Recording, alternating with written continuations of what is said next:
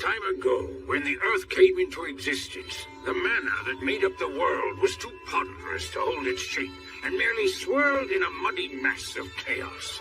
Then the first of the gods appeared and said, "Let there be Earth." The mana solidified, becoming the ground, and the mana overhead thinned and became the sky. Yeah, but Gus, I only asked you how words are related to magic. Just be quiet and listen to me. I'm not even getting paid to teach all this, you know. Yeah, fine. The Creator God made the sun and moon, and separated the land from the sea. Fire, wind, and trees came next, followed by other gods as well as humans. Gus the Ghost is a little eccentric, and he can be overbearing at times. But he's smarter than anyone else, and he teaches me a whole lot. All the words and symbols that the Creator God used, what we now call writing, are referred to as the words of creation. These words, whether they're spoken or written down, all possess very profound power. Power? That's right.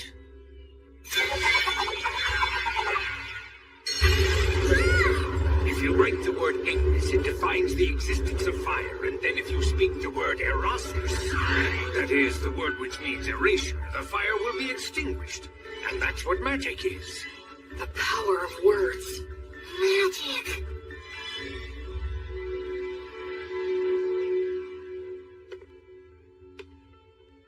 The god of justice and lightning, Volt. The Earth Mother, Mater. The god of fire and technology, Blaze. The god of wind and commerce, that's Whirl. The goddess of water and greenery, Rhea Sylvia. The god of knowledge and light. Ancient words of magic offered up to the gods. Words of creation.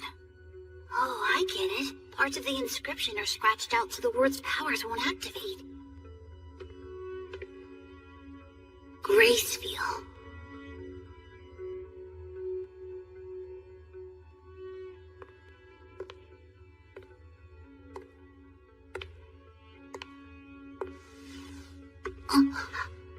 Are you curious about him? Yeah, well, sort of. That's Gracefield, the god of light who governs the cycle of death and rebirth. He's the child of the lightning god Volt and the Earth Mother Mater. You worship the Earth Mother Mater, don't you? Yes, you've got it right.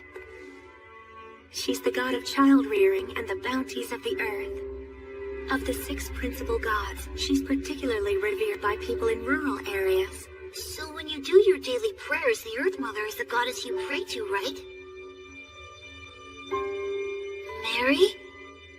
What do you say we head back and have dinner now? Sound good? Yeah! Huh? Blood! Oh, wow, that's a really nice boar! Oh, you're gonna get some tasty meat up in this guy today, Will. Thank you so much! Hey, that kind of hurts. Wow, looks tasty. Go on, eat up. Don't worry, I will. It's so good. Thanks so much for the food, Blood. You too, Mary. Yes, gratitude is good. After you grow a little bigger, I'll teach you how to go and hunt for yourself, too. What? Hunt? Hunting teaches you all kinds of valuable lessons, although you're gonna have to get used to taking lives. What's wrong? Are you losing your nerve? Stop it. He's still too young for that. She's right. No? He needs to learn the basics before that. But I must say I'm impressed. I can't believe he's only 3 and he's already learned to read and write. He just might be as much of a genius as I am. I don't think it could hurt to teach him some magic. Hey, come on, give us a break. What if he becomes an old miser with an oversized brain like... Blood the skeleton looks scary, and he can seem out of control. But he always keeps things lively and friendly. Who do you mean? What's with the crack about the overtime? Hey, Mary. About this bread, just when do you bake it? That's a secret. Huh? The 3 of them keep a lot of secrets. Like why they live here, and why there are no other humans here except for me. From the time I was born, I've never met anyone else but the 3 of them. But the biggest secret is, why are they undead? There are so many things I want to ask them, but I can't. keeping a secret from them myself. That secret is...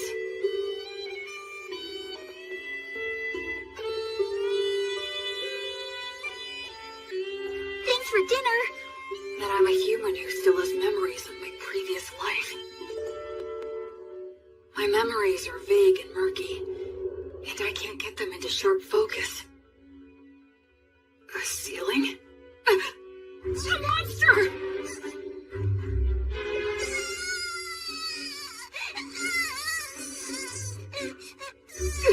Mommy! A ghost!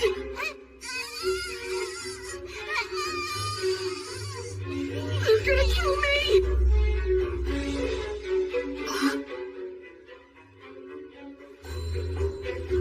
What? This is the 186th morning after that day. Half a year since I started living with these walking corpses. It's time to eat.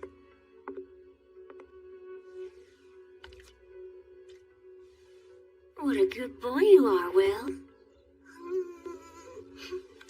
Oh, are you feeling full already? I can't speak it very well, but I can generally understand the language that they speak now. Shall we go take a little walk outside today? Outside? I've never been outside before. She smells like incense. I wonder what it's like outside the temple.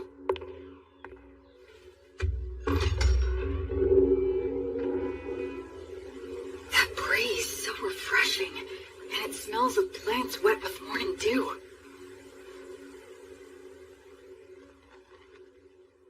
Isn't it beautiful out here, Will?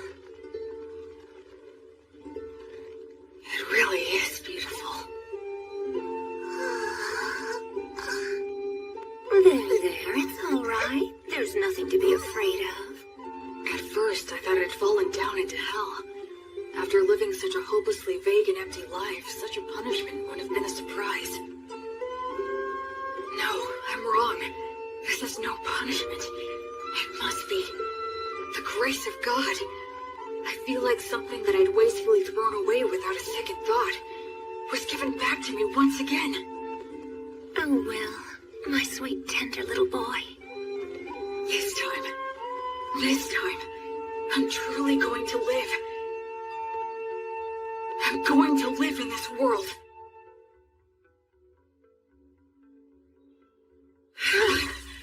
I'm finally done. We gotta build your muscle and stamina first. Without the strength to back them up, your skills are useless. But couldn't you say that making up for your lack of strength is a skill? Listen, do you really think you could knock me down? Well, no. With the right skill, you might be able to knock me over, but there will be times when that skill won't work for you. But you can't separate your muscles from your body. The brute force that muscles give you can solve most of your problems in life. Learning skills comes after that. Understand? It seems like muscles are kind of masochistic, huh?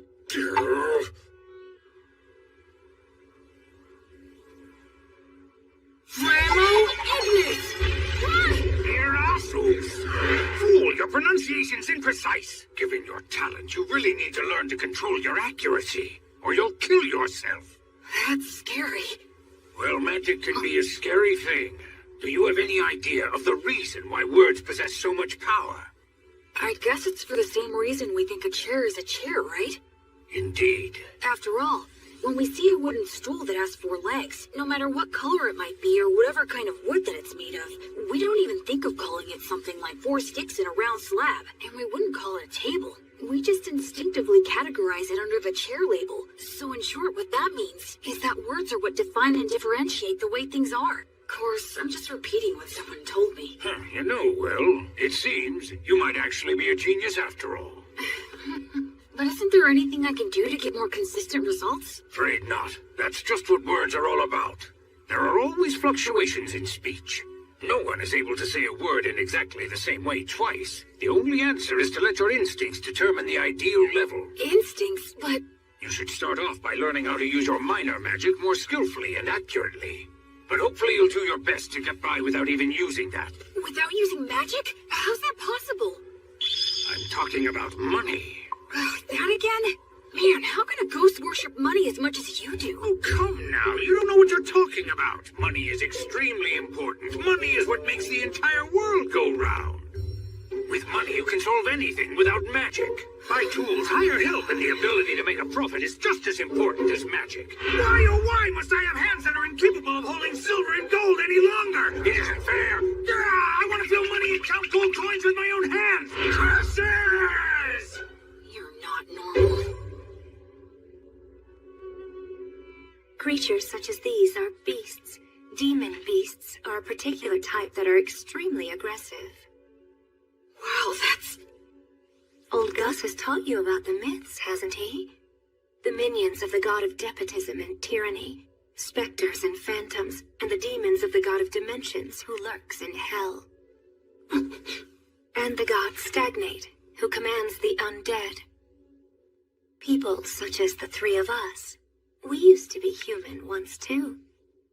Really? Is that true? Yes. When we all died, we clung to strong emotions that led us to a pact with the god of the undead. So we're considered traitors to the virtuous gods. Mary. I'm sorry for talking about this. It must seem very strange to you. Hey, Mary, tell me something. Do you think I should get stronger? Well, it would certainly put me more at ease if you did.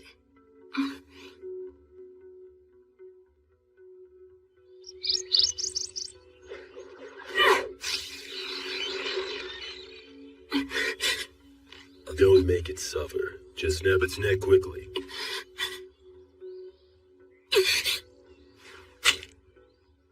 Can't get used to it, huh? I don't like killing.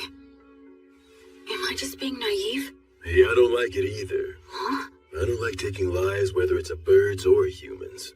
But these guys provide necessary sustenance to keep you alive. In life or death situations, you need to put your feelings aside and just go for the kill reflexively. That's what it means to be a warrior. In battle, it determines whether you live or die. Okay, now let's bring down a few more.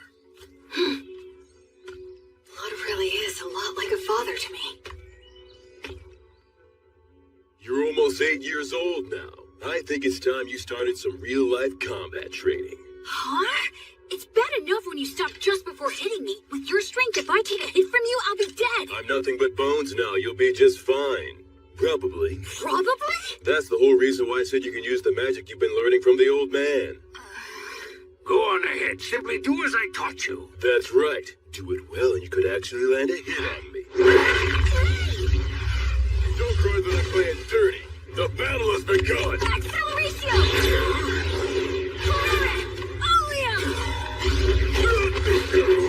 Catarrhea radio! Not too shabby.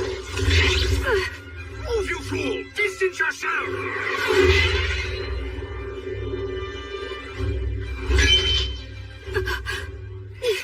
Come on! I told you never to close your eyes during a fight, didn't I? I'd like to say that you've got a long way to go, but frankly, you surprised me. I thought you'd just randomly unload a bunch of crazy magic on me. Gus keeps on telling me that I should learn to use minor magic more skillfully and accurately. Not just relying on sheer firepower. That's exactly the style that was used by the renowned sorcerer who went by the name the Wandering Sage. Are you talking about Gus? Yep. In his time, he exterminated monsters, calmed raging rivers, and rediscovered ancient languages. That was all long ago. You were once known as the War Ogre yourself. And Mary was known as the daughter of Mater. At one time, the three of us. Yeah? Never mind. That subject runs a little too deep for right now. You were just a baby not so long ago. Look, just keep on learning and become even stronger. Oh, Blood. On the day when you brought a human child back here, my first thought was that you shouldn't have even bothered. But it occurred to me that if I educated him, he might be of Hey, use. old man! Nothing that I said was incorrect. I now recognize his true talent and am teaching him to use it, aren't I? That's not really the point. I know that's just how you are. And frankly, I wouldn't expect you to change your ways now. I even think it suits you. But what you said wasn't necessary. Can't you imagine how it feels to hear that? You're right. It was quite thoughtless of me to say that. And I'll be more careful in the future. So I apologize to you, Will. Oh, It's okay. It didn't bother me. I can't believe it. Gus apologizing? Gus? It was rude of me to get all aggressive like that as well. Sorry. You being impolite is nothing new to me. What? Well, you might not be fully conscious of this since things have been this way for as long as you've been truly aware. But nevertheless, you know you're not like the three of us, right? Yeah. I'm the only one who breathes and who has a warm body. Though that part of the story is true, there's a lot more to it. I'm sorry. I can't explain it to you yet. I know. Listen, please don't be too upset with old Gus, alright? He never bothers to choose his words very carefully or show consideration for others. I'm really not mad. I have a whole lot of respect for Gus. Is that so? You know, you've got a big heart, Will. Once your body has at last grown big enough to match that heart of yours, then you're able to accept things as they are. I'll explain everything. Okay. Blood was genuinely angry at Gus for my sake. I wonder, could I have gotten angry on someone else's behalf in my previous life? Huh? Thank you. Blood, Mary, Gus. All three of them aren't really alive anymore. They're undead. Will? Huh? It'll be 100 years before you can land a hit on me from behind. But right now, they're my precious family. Gus is in charge of my academic education, and Blood teaches me how to fight. But Mary is the one I learned the most from. She may just teach me the little everyday things, but they're important too. Will, can you take care of things here? Oh, it's almost time for your prayer, isn't it? Yes. A few times a day, Mary sequesters herself inside the temple dome. I've been told that I'm not allowed to go into the dome while she's in there. Alright, it's time for your physical education. I can't even lift my arms. Mary? The bread? Why is she carrying it out of the temple? About this bread, just when do you bake it? That's a secret.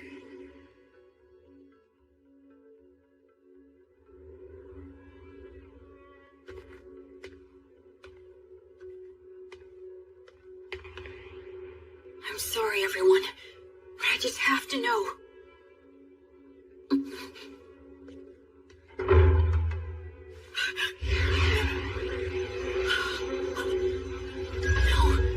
I don't want to feel that again. I don't want to lose anyone again. No, Mary! No! Mary! Mary! Mary! Mary! Guys! Blood! Guys! Come in here, quick! Help Mary! Help her!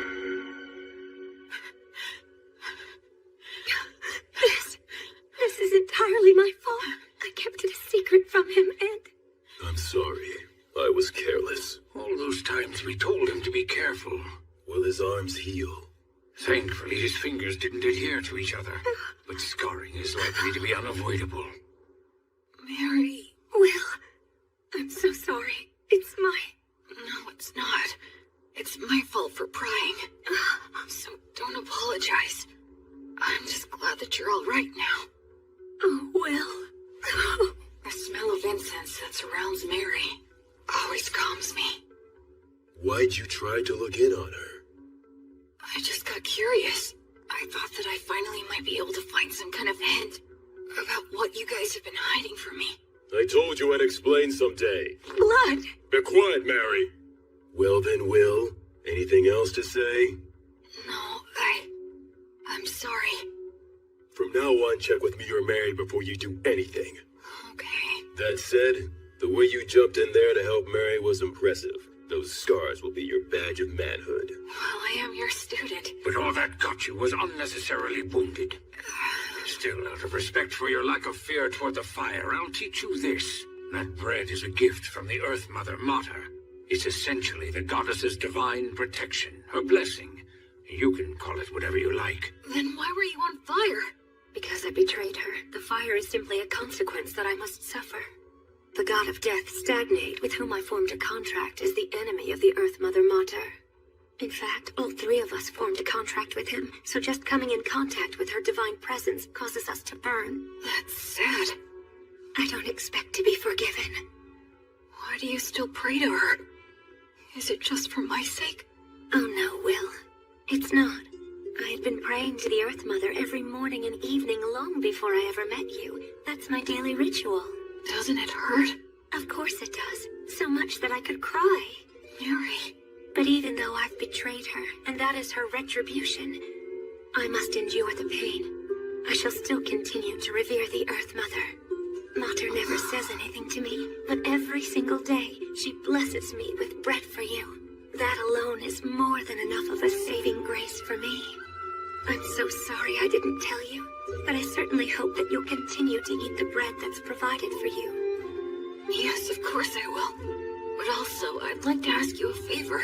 What is it? From now on, I wish you'd let me pray with you. Oh. I just wanted to be able to understand what Mary goes through, even if it's only a little bit. That's why I asked her for that favor.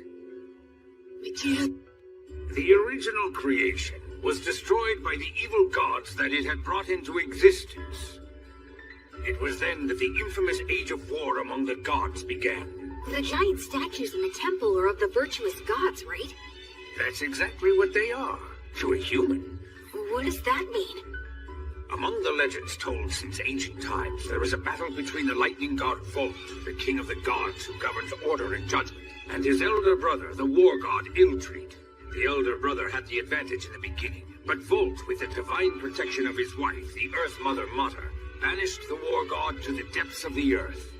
The war god continues to lurk within the earth today, vigilantly plotting his revenge. There are other similar stories, but all of them take the same general shape. Now, what are your thoughts? Isn't that story just a fable? You think? Ruling in this world starts with violence and despotism, but eventually, agriculture starts to thrive, and law and order begin to reach everyone. But over time, that can also lead to violent overthrows, or something like that. I see. You are very sharp indeed. Volt, the god of order and judgment, is a virtuous god. The war god, on the other hand, is considered an evil god. But if that order becomes corrupt, Volt could become an evil god, and by defeating that corruption, Iltreat could become a virtuous god. In short, the concept of virtuous gods and evil gods is ultimately a distinction applied by those who place their faith in them. I suppose the priests would not be pleased with me for saying so, however. Naturally, you must not speak of this to Mary. I won't, don't worry. Besides, the gods normally think about things based on different standards than ours. It's impossible for one with a human sense of good and evil to gauge their true intentions. Hey, you know what, Gus? You're pretty rock and roll. What on earth does that mean? Like, you don't fit in any mold, you know? Children truly make up some bizarre words sometimes, but I do like the sound of that. Becoming free from obstructive thoughts doesn't mean about nothing. You just block out the past and future and focus only on the present. I need to offer up my current insignificant self to the gods. And then dive in deep, as far as I can.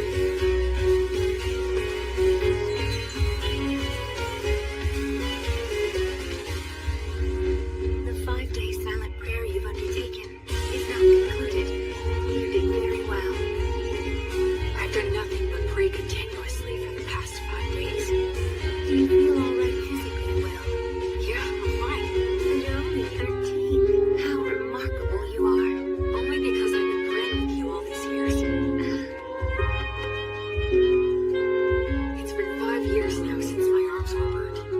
Mary says she has the ability to heal the scars with her blessing, but I chose to keep them, especially because blood called them my badge of manhood. I'll prepare all of your favorite foods for dinner tonight. All right! Memorize all of this by tomorrow. Huh? Gus's lessons became more difficult. There was a lot more to keep track of, but I persisted and stuck to it for all I was worth. And then his lessons became even more intensive. It was as if he wanted me to get so fed up that I'd quit. Still, Mary and Gus were nothing when compared to... Okay now, let's move on to our main event of the day. What is that? This guy is your opponent. I got him in the woods. That's not what I meant. What's the problem? It's just a low-ranked demon corpse. Demons can become undead too? Okay, go. Wait a...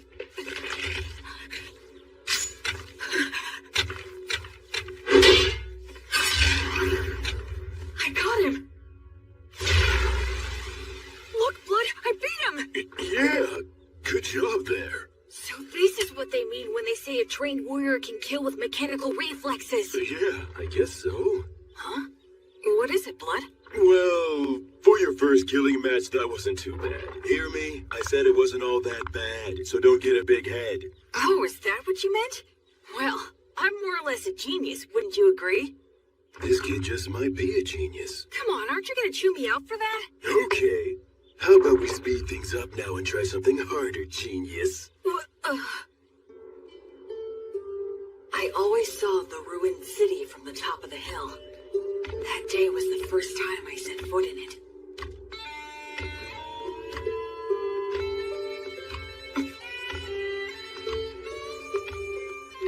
I didn't know there were passages like this underground. Yes, humans and dwarves used to inhabit this place. Their blacksmith helped me out a lot. But now it's solely a danger zone that's filled with mindless wandering undead. That's why we never allowed you to enter here before.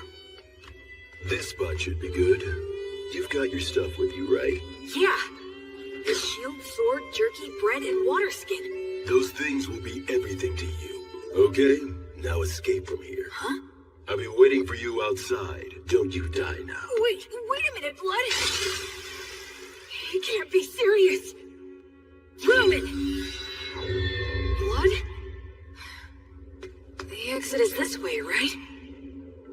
But what was it that Blood just said a minute ago? This place is... Of course.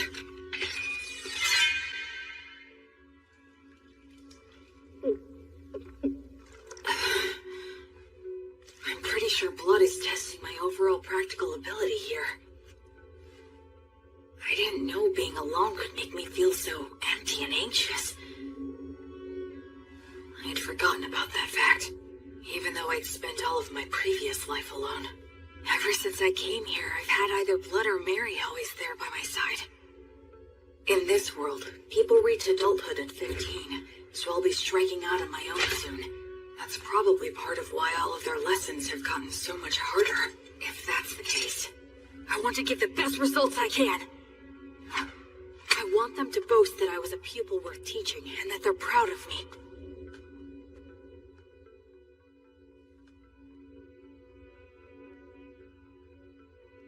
That's probably an undead Froskus demon wandering around. They can use the words. They're stronger than any opponent I faced. Should I stay hidden and slip past it, or go another route?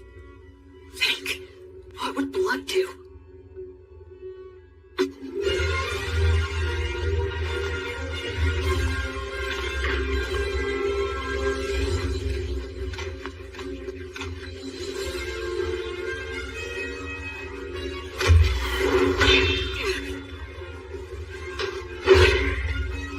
It's strong, but not as strong as Blood.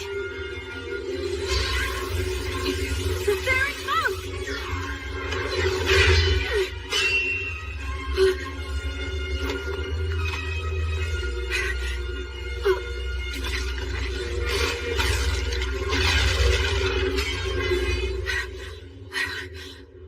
Oh no, this is not the place to be stuck without a weapon.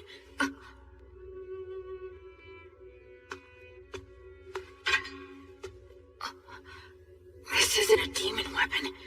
A dwarven magic spear, perhaps? It's better than nothing.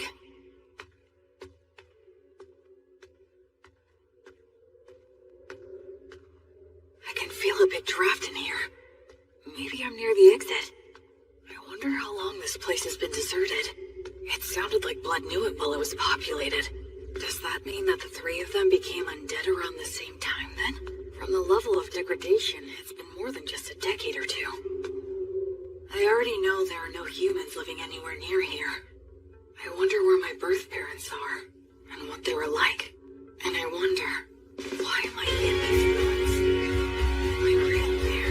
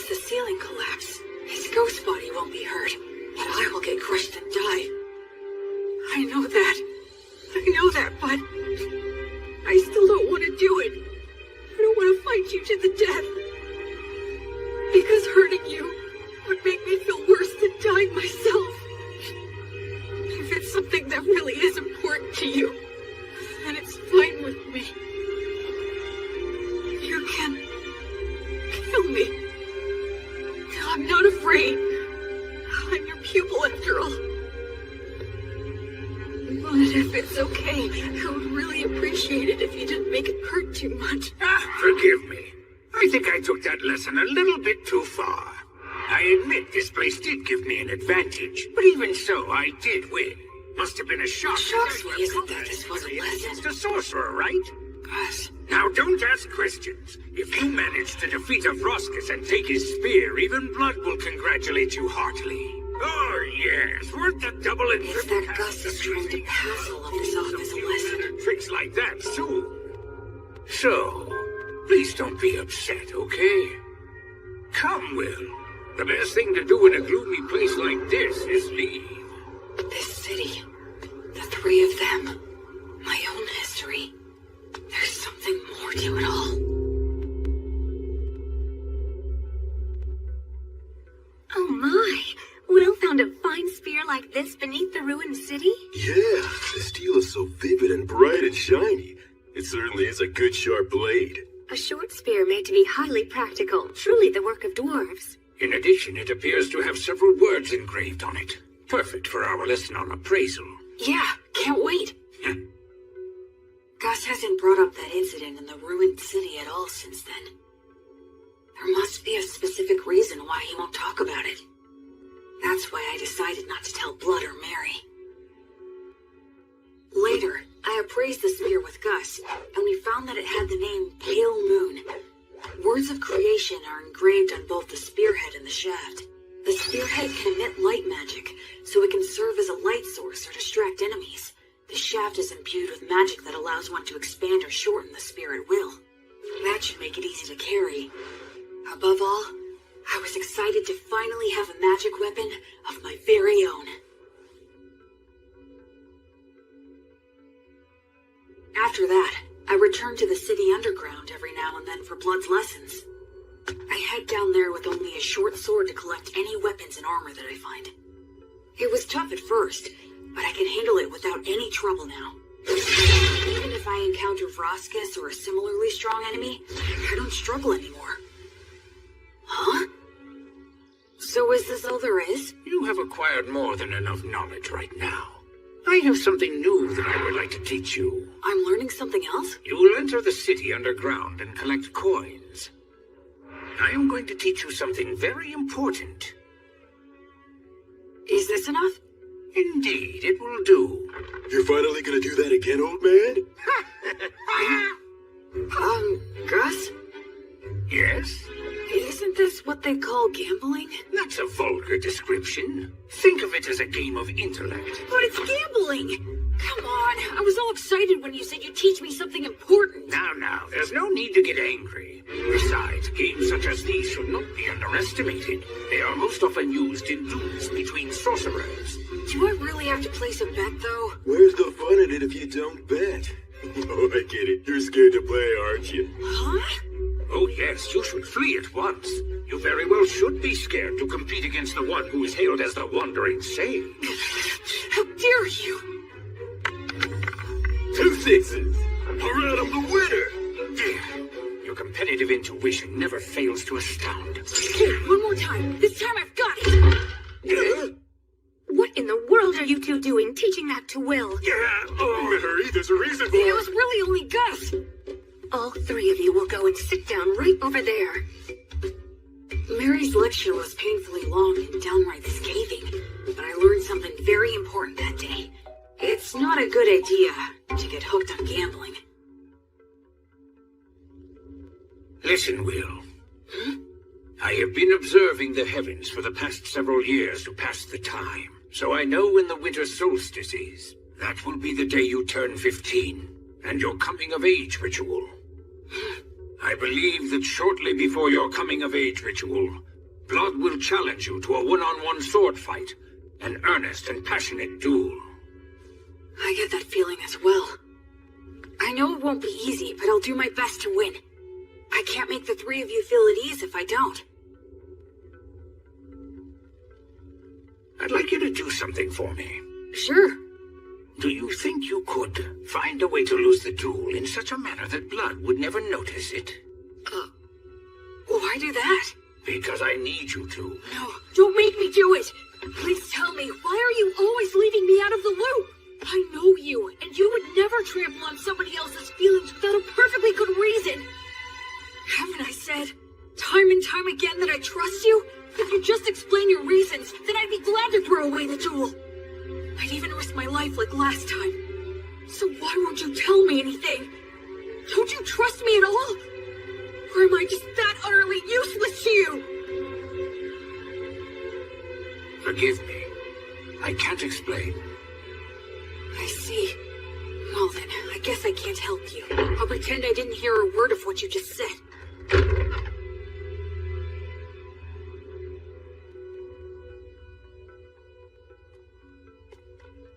In your coming-of-age ritual, you will need to swear an oath to one of the gods and decide which one will be your guardian deity.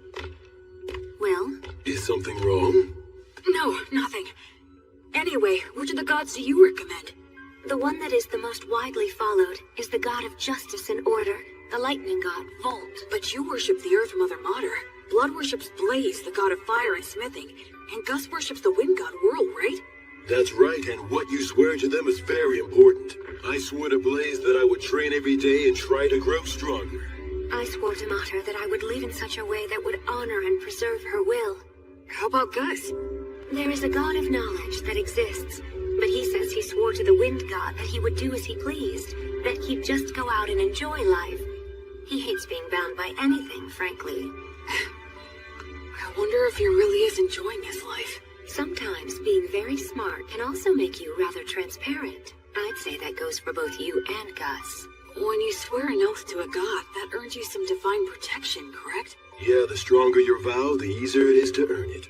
But they also say that you will be destined to experience many hardships in exchange. So don't swear your oath hastily in the heat of the moment. As they say, either you become a hero, or you die. An oath, huh?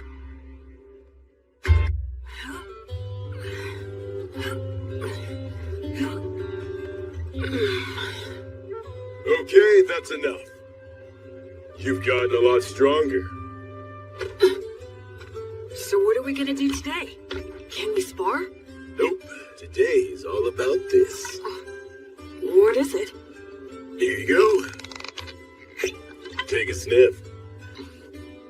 Why do you have this? I thought we could drink it together.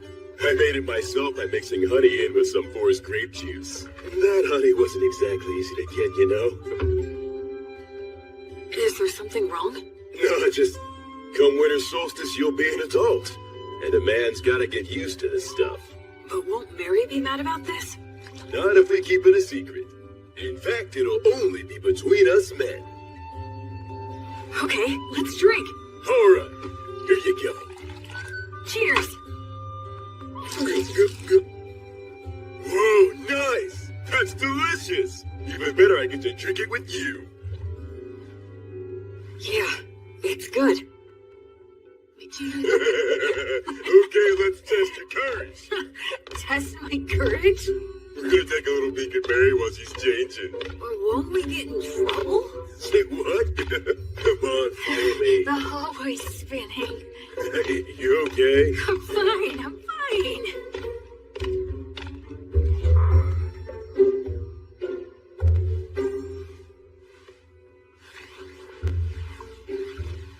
I can erase my presence easily. This'll be a piece of cake. Wait, you idiot! Who goes there? Oh, crap! Blood. What's the meaning of... Oh, you really stink. My goodness, what did you make Will drink? Oh, well, it No, was just... we were just gonna have a little peek while you changed. What? I What do you told them think you're that should doing, be- you idiot?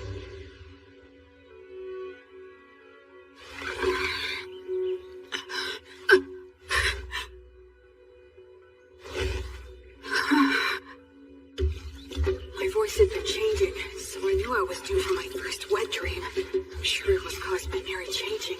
Mary changing. What are you watching there, Will? Is that what I think it is? Laughing! I really gotta be careful not to drink too much. Today's the day of my battle with blood. Once this is over, I'll probably be leaving this jungle by spring. Do you think you could find a way to lose the jewel in such a manner that blood would never notice it? Okay. Will. Come on, I'll help you get changed. As of tomorrow, you'll be an adult. So, have you decided which god you're going to swear your oath to yet? Yeah. I've got an idea. Oh, well, that's good. Mary, I'm gonna win today. Okay.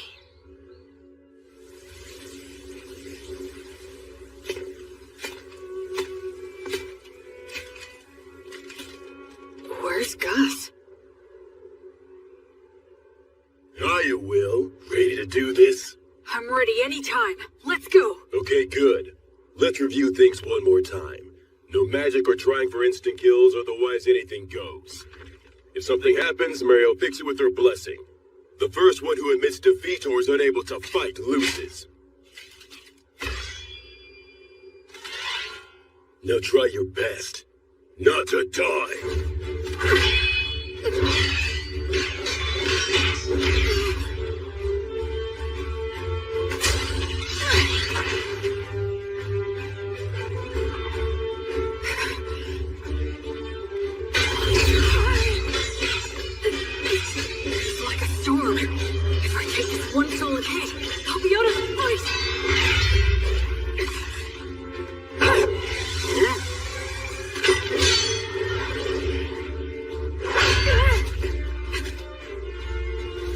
Thought you could get in close, didn't you? Oh man, this is infuriating. It's a challenge to avoid when blood strikes perfectly. But if I receive one with just my sword, it'll shatter along with me. So how do I survive his strike and get into the gap between us? There's only one answer. Here it comes!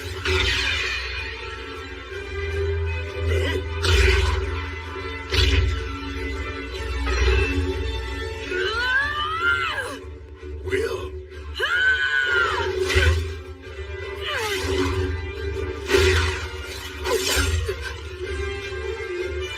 He's holding my sword between his ribs. That's actually pretty good. I concede. Yep. And having no muscles really is a disadvantage. Blood, stop it! Don't you dare give me that. You promised that you wouldn't use that trick again. Not sure what you're talking about. The one where you use your ribs to trap an opponent's weapon? Yeah, but I don't have any organs or anything now, so... What? He did that when he was alive? Absolutely he did. Can you believe such a crazy thing? Well, my opponent at the time was really quick, and he was about to stab you, so I just... You didn't just anything. I can't believe he survived. If it hadn't been for my blessing, he wouldn't have stood a chance. Look, I only did it because I trusted that your prayer would work. I was genuinely concerned about you. I thought you had died right then and there. Didn't I ask you never to do that But again? I know what this is. This is one of those things a dog wouldn't butt in on. Will, even if you couldn't beat me, what you've accomplished is still remarkable. Even if you couldn't beat me. You didn't have to point it out twice. I'll make sure you'll lose next time. Now that's the spirit, little Will. Hey, yo! Don't get carried away. The two of you need to take this much more seriously. If I had a killer slash, or a secret technique, I would have taught it to you hands down. But you don't? Nope, I don't. It's okay that the way I fight and the way you fight aren't the same. My initial goal was never to raise you into an imitation of me. So it's only natural that the moves I rely on won't be the same for you. It's the basics that count. Make sure you can use all the things you've learned in any situation. Both Mary and I have already taught you everything that's important. Okay. Okay, Dad. Okay, Mom. You called me Dad, huh? Yeah, I guess that's pretty much what we are. It's true. I can't teach you any secret techniques, but to mark your new independence, I'd like to give you this. It's the most powerful of all the demon blades that I own. What? But I didn't even win, so... I told you it's to mark your new independence. Go on, Will, try it out.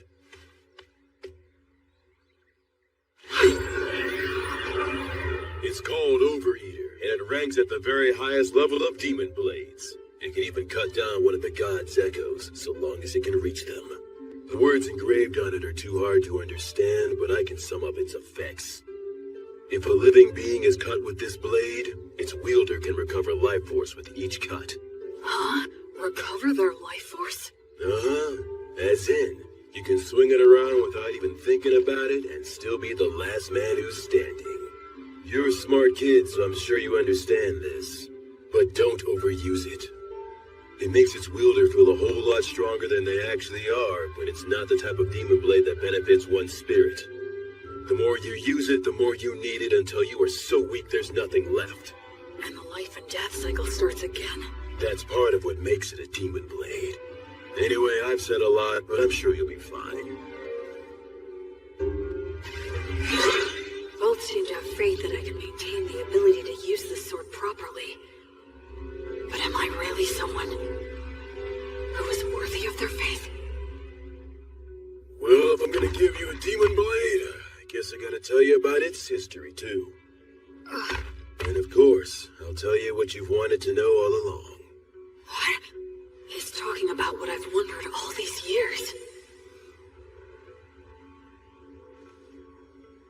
You are a grown-up now, after all. I promised I'd tell you once you grew up. Your mind and body have become plenty big enough by now. Listen up. It's the tale of the king among demon kings who tried to conquer this continent. He's the one known as the High King of the Eternals. It's also the tale of the defeat and death of many heroes, including our own. It's the tale that explains the reason that you grew up here. The undying blade fiend, the king among kings, the purest evil, the inexhaustible darkness, the rider of war storms, all names for the High King of the Eternals. Approximately 200 years ago, all of the demon kings led a great uprising. An army of countless demons invaded our precious continent of Southmark. All the continents were crawling with demon kings, generals. They were the kinds of demons you really don't want to see showing up anywhere. Demons were here? And these swarms of demons offered up massive amounts of flesh and blood during a number of great rituals to their deity, the God of Dimensions. In response, the minions of the God of Tyranny ill-treat, and those of the God of the Undead stagnate, also became active all over the world. The virtuous gods expended a great deal of strength in a series of battles, intense enough to change the entire map. I know that you learned geography from Gus, but don't think it's the same now as it was then. Because of that, even we don't know much about how the other continents were back then. But what we know for certain is that the High King went on a rampage in Southmark. The High King sure has a lot of scary nicknames. Frankly, they don't even come close to the truth. His abilities were absolutely insane. He could turn any blood he shed into soldiers, and any flesh cut from his body into commandos, in unlimited amounts. In other words, he made demons from his own flesh and blood. That's some serious hacks. What does that mean? It means he's a cheater. Blades are the only thing that could harm him. Using arrows and magic wouldn't even leave a mark. His weapon of choice was Overeater. He was a madman who roared with laughter, creating armies by cutting down enemies and getting cut himself. Eventually, he came to be called the High King, meaning the king of all kings. This city was once a vital hub for lake transportation, but it only held out for a matter of days before it fell. The High King made his home in the city and mass-produced demons who took advantage of the water routes to attack all the surrounding settlements.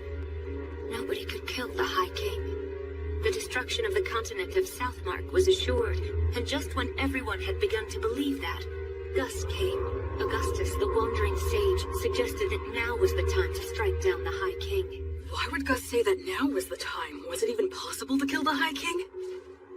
An army of demons, a demon blade, the city underground, Blood's combat techniques, Mary's blessing, Gus' tactics. Gus was... I get it. You understand? Really? You do? Yeah, I think so. Gus was hoping to pinpoint the enemy's location, then invade via the underground with a few elite soldiers and steal his demon blade in battle. It was most likely the only way, since the High King couldn't be killed. The premise was probably that he could heal using the demon blade. However, the demon blade is a weapon that can be stolen, so stealing it would change everything. To do it, Gus would use great magic to wipe out all of his minions and face him one-on-one. As long as Mary kept them both healed with her blessing, no new demons would appear. From there, Blood would do what it took to steal the demon blade. This was certain to be successful. How can you be so sure? Because the proof is that you own the demon blade. And that's how the High King died, I guess. After that, then... Not exactly, Will. It's clear you really are a genius, but you came to the wrong conclusion. You see, I, didn't quite succeed in killing him. Wait a minute. You didn't kill him? That's right. Gus made use of every factor visible to him to draw in any possibility of killing the High King. The thing is, the factors he could see were incomplete. The High King revealed his true nature, taking on the appearance of a hideous, grotesque warrior. And then... well... He was a better swordsman than I was. I couldn't touch him. I fought opponents bigger than me many times before, but he was the first one where nothing I did could reach. Even you were no match for him? Yes, even my buddies who formed a wall outside after entrusting everything to me were crushed one by one. Thankfully, I had the support of Gus's magic and Mary's blessing, and the High King was wounded. Despite all that, I'm pretty sure he made it one level higher, enough to become something I couldn't kill so long as I lived. To this day, I still wonder what I was lacking.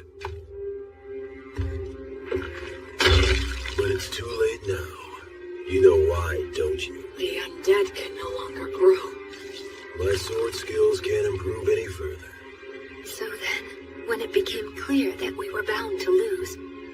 I decided we had to place a seal on the High King. We couldn't kill him, but we could do that. So you mean they completely gave up on Blood's chance of winning altogether? Thankfully, the technique worked, and the High King was sealed deep beneath this land. In other words, unfortunately, in the very end, we couldn't fully believe in Blood.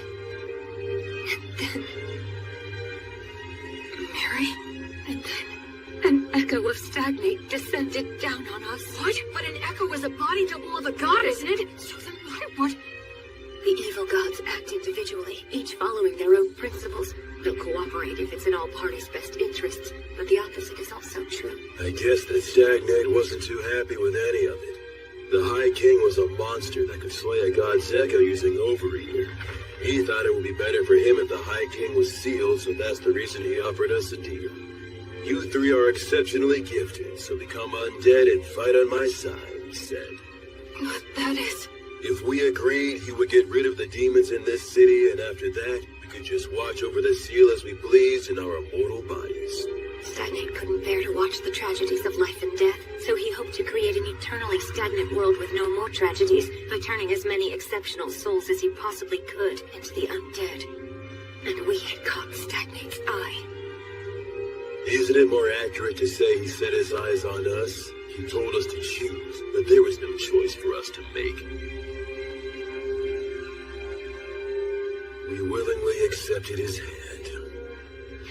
Since my flesh was all cut up, I became a skeleton. Mary was burned by Martyr's flame, so she became a mummy. And perhaps because he had no attachment to his aged body, Gus became a ghost. Mary did tell me once. Because I betrayed her, the fire is simply a consequence that I must suffer. The god of the undead then cleared out the entire city. His power turned the lower-ranking demons undead. It's something that should not even be possible. And the undead demons still roam the city to this very day. And so that's how we became the guardians of the High King's seal, as the highest-ranking undead. In the years since then, we've buried our former allies, and Gus set up a security net that uses magic, allowing us to continue protecting our treasured city. There was nothing left for us to do. You can see that we are bound to the city by our contract. We can't even learn what goes on outside. The three of us began talking about the possibility that humanity had already died out. And then you came along. Or speaking more accurately, it was the demons who brought you here. Oh. So then, I was meant to be a sacrifice to break the High King's seal. No wonder you couldn't tell me before. You couldn't bring yourselves to do it. Yes, as crude as he is, even Blood was careful about that. I can't believe you just called me crude. After the demons were defeated, we argued with Gus a little bit over what we should do with you. Argued? Gus made it known he was against it, but Blood and I decided to go ahead and raise you anyway. That's why Gus said that. On the day when you brought a human child back here, my first thought was that you shouldn't have even bothered. The fact that the demons were able to bring you here means that there must be a place outside that's inhabited by humans relatively close by. I'm sure you're imagining that the situation outside looks pretty grim right now, but if that's the case, you simply need to build the strength to bust through it, just like you already have been doing. So that's the story of why I'm here right now, huh? I'm about to head into a nation of people who survived the Great Uprising. I'll take with me the strength that the three of them gave me. One day, I'll come back to this city. I'll bring my family and friends and introduce them. I could even rebuild this city. I know that one day... Well, be happy, and don't forget to pray so you can do good. Huh? You were the best people I could have asked for. Even in today's test in terms of substance, you bested me. You clever, precocious son of mine. I sure love you. Keep getting strong. In no time at all, we became a real family. You made me so happy. Will, my sweet boy, your mother loves you very much. Wait a minute, why are you talking like this is our last goodbye?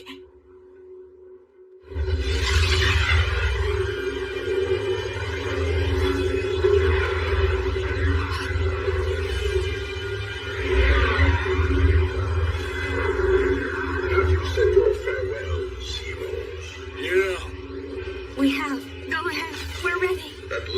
have lost your attachment. In accordance with our contract, place your souls in my hands right now. I can't do anything. I can't move. Why? Please move.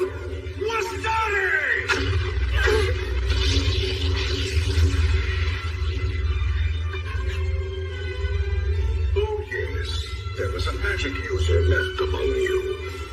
Will, take Blood and Mary and get out of here. Don't you worry. I am determined to stop him. Ligatur nodus obligatio! That's a huge amount of mana. You know all, Sage, and still you cannot resist. Conciliat Significator! You retaliated so fast. Forstare! Aligatur daeco! Pulsat Fine! A triple cast? That's the ultimate magic. Normally cast by several people together. And reduce all to nothing. Aupernum tabernas! Regumque tures! Damnatio memoriae! Curse, Sage.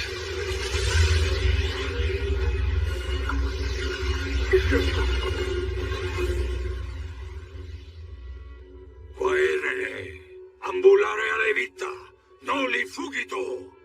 He didn't get a hold of your souls, did he? Nah. It seems not. That must have been terrifying for you.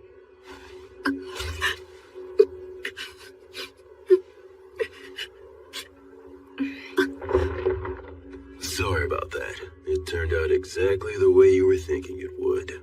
I was hoping that we could hold out until Will was ready to leave. Yes, but the two of you made your decision. Now, I'm not so unreasonable that I would demean the intentions behind your choice. I'm just happy that it all worked out in the end.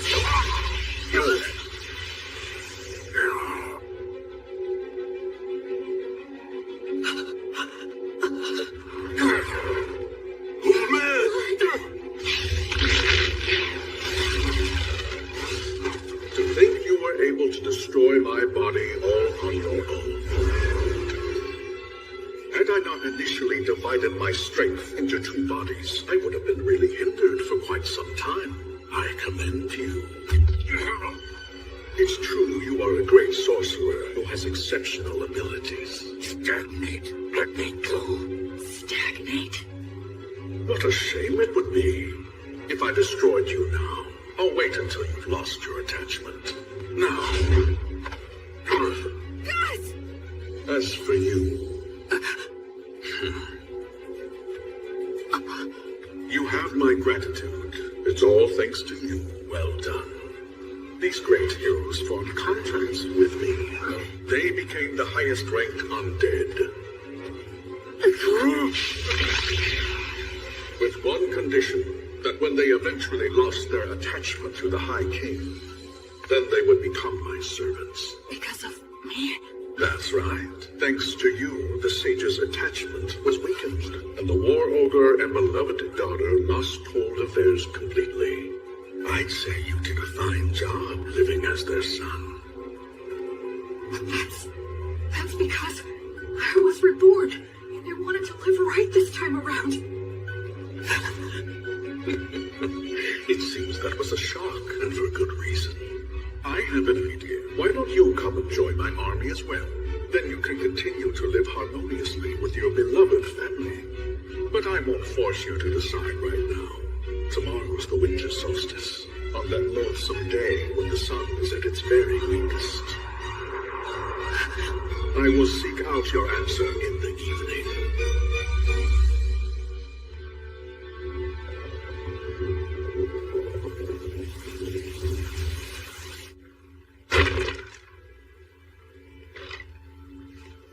It was me. I took Blood and Mary's attachment away from them. When Gus was against raising me as a baby, when he taught me excessive amounts of knowledge, when he tried to kill me, when he asked me to lose on purpose, it was all to stop the two of them from losing their attachment to the High King. Still, when Gus tried to kill me, I think he was conflicted. But I was living without a care, totally oblivious. I just sat comfortably on Gus's mental anguish and plotted Mary's self-sacrifice. I was so excited to be living my life right this time. All I did for my parents was cause trouble. I didn't do anything in return for them, right up until they died. Why would it be different this time? They're gonna die because of me again. I've only caused trouble, and I've done nothing in return. Someone who dies in vain isn't going to be reborn any better. I'm sorry.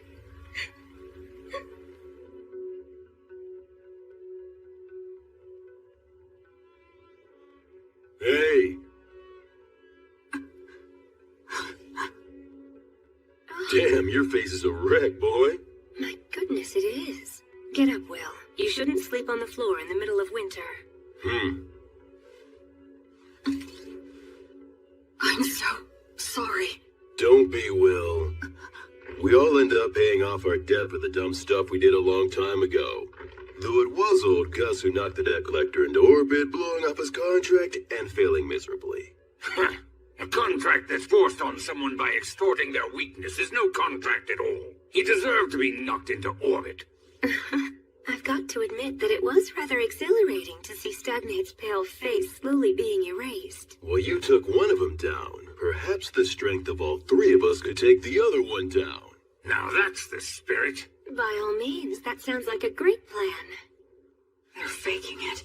Well, would you look at that? It seems that you're all grown up now, Will. Get out of here already. You'll just have to be content with the idea that your farewell gift is everything that we've taught you so far. I'm sure you'll be just fine, Will. Absolutely. Those are my thoughts as well. You're wrong. You're all wrong. I'm not who the three of you think I am. Talk to us, Will. I have these memories of a past life. I was a totally worthless person. So when I was reborn, I thought that this time I could live my life right. But I made you three suffer without ever knowing it. Even in my past life when my parents died, I have no idea how I felt. Because I can't remember. I can't remember anything. After all the trouble I caused for them, I don't even know if I cried. I'm worthless.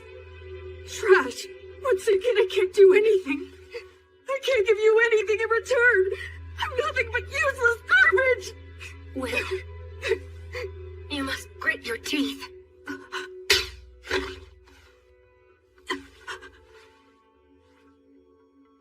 Mary.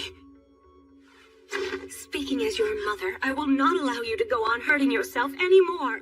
You say that you're garbage. You've always been very serious and one of the most earnest people I know. So what about your past life? For goodness sake, why are you so shaken up? Just because Stagnate upset you a little? You're feeling all of this anguish because the memories of your past life are murky and vague? You're crying so much right now just for our sake? Why would someone in your situation not cry? Will, stand up. Stand up. William! Straighten up now. Stop kicking yourself. What's your response? Yes, ma'am. You get chewed out because you're being all mopey. It looks like the little whiner has just disappeared. I'm fine. I'm perfectly fine now. Mary was here to protect me. So, I have a favor to ask. Please allow me to protect all of you. Virtuous gods, I will soon go and fight an evil god for the sake of my beloved mother, father, and grandfather. If you would see fit to observe my efforts, please grant me a bit of your protection.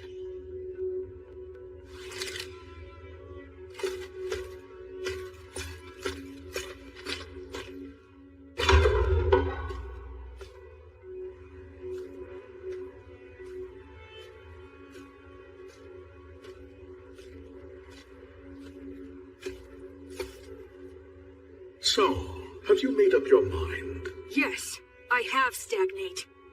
Evil god. I don't plan on giving you a single thing. surely a god such as yourself would never dream of running away from a human child, isn't that right? You have thought this through quite well. Let me guess, you're hoping to restrict my actions by getting me to focus my consciousness on you alone, yes? He figured me out. I'll play along. Okay. But please realize you're challenging a god. You must first show me you are worthy of such a challenge.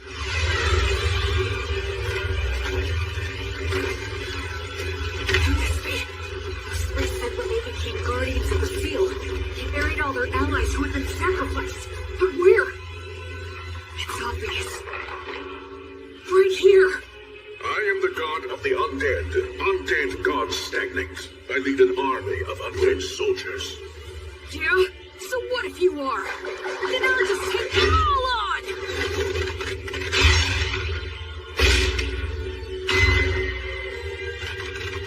Connery! Uranium!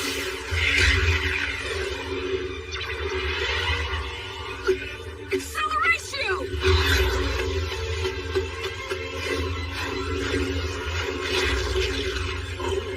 He is somehow pulling this off against 100 heroes.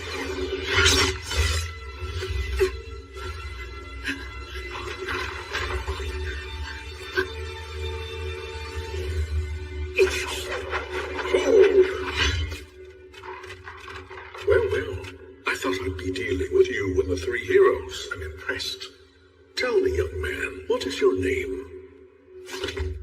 I'm Will. I see. I'm asking you again, Will. Won't you join me? I have taken a liking to you. Your strength, your backbone, everything about you is desirable. I would be happy to welcome you as a general in my undead army. What are you? If you make the choice to come with me, I will free your body from an unpleasant death. You will be able to live closely and harmoniously with your three family relations. There will be no goodbyes or sorrows. If we conquer this dimension, your relationship will last for all eternity. Isn't this world unfair? With its endless and absurd tragedies, I wish to overturn this harsh reality, to create an eternally kind world, free from the horrors and threats of death. I don't think he's lying. I can actually detect a sense of warmth in his words. Come over, Will. Enter a contract with me exactly as they did.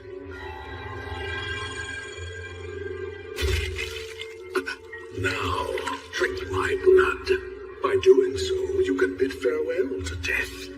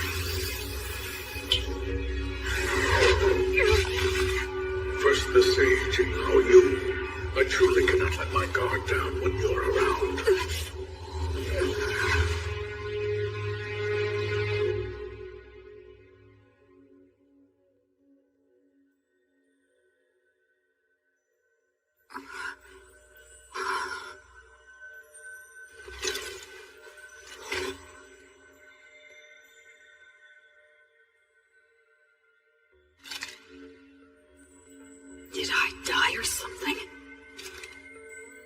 This place feels very familiar, as if I've walked through here before.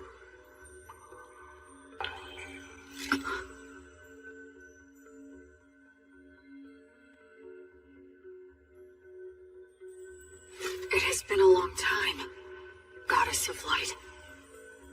I'm starting to remember. Yes, I've walked under the starry sky before. She was silent then, too. But I remember her footsteps being filled with care and compassion. I thought it was a star, but it's not. coursing souls. They cross worlds to prevent the stagnation of all things.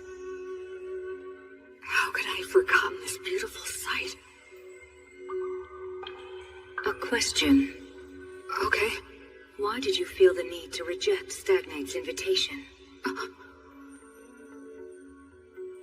Because in my previous life, I was a shut-in. Whenever anything got me down, I didn't bother to get back up. It was a pathetic way for one to live. Except, there's one thing I realized. Being alive and not being dead aren't the same thing at all. I wasn't dead in my previous life, but that was about it. I didn't have the courage to do anything. Just the fact that I had to keep living was a burden. I didn't care if I died, so I wasn't really alive. And by not being alive, I didn't have to fear death. And so, because just a little of that memory stayed with me, I was able to make the decision to live a good life in this world. I think that if I live right, I can die right. Denying death like Stagnate promised and trying to live forever would be the same as being in that room again. No matter how else he tries to sweeten it, I would still refuse. I just want to live and die with those three. They're my family. I mean, who wouldn't want to protect their family? That's all. Thanks for listening.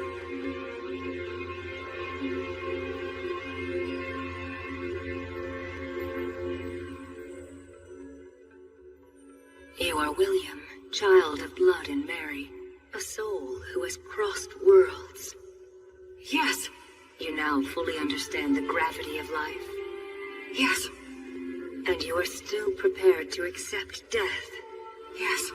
You fully understand the despair of death, right? Yes. And you still love all of the lives that will one day burn out. Yes. I finally realized the meaning of it all. Thanks to your grace.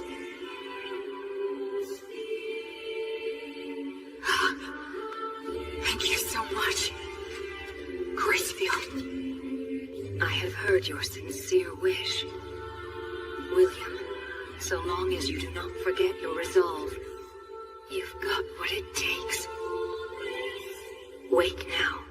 Make your oath and we shall walk together until your life ends and I come to guide you once again.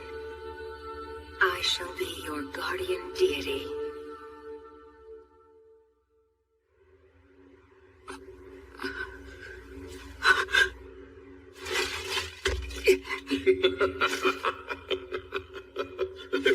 Goddess of the cycle of death and rebirth, Gracefield, please walk by my side. Citing a blessing.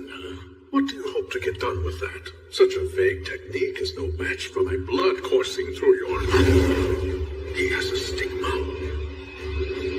This is the badge I earned when I learned Mary's prayer. My arms burned by divine fire. Now that I can see your body more closely, how many holy communions have you taken? Every day, Mary prayed to Mater for food to sustain me. Mary's daily prayers, her unyielding heart, will not bend to you. And I swear to you, my God. Yeah, the stronger your vow, the easier it is to earn it. But they also say that you will be destined to experience many hardships in exchange. I will offer up my life to you. I will be like your sword to banish evil, and like your hands to save the suffering. I swear it on the flame of Gracefield. You earned the protection of Gracefield? What a shame. A crying shame. I had so hoped that you would be joining my ranks.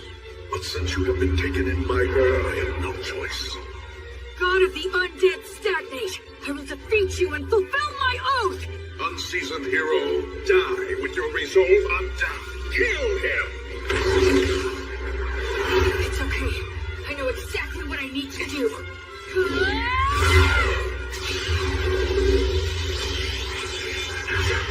Divine torch? Gracefield's divine protection grants peace and guidance to the souls of the dead.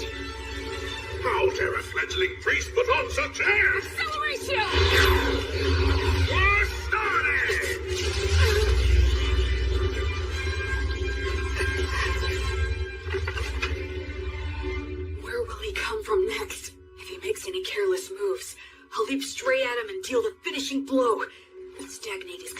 by the desire to kill me. We're on even footing. If I fight him now...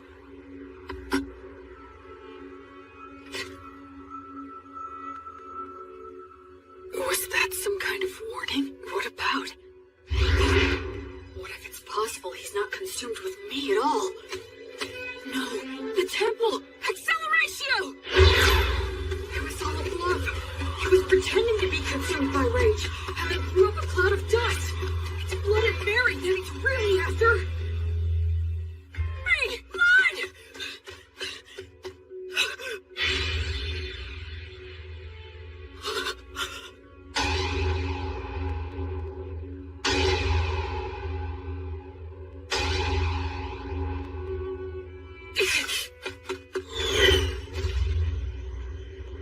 It's no use.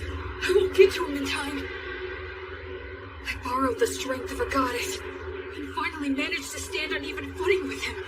But then I fell for a trick like that. And now it's all over?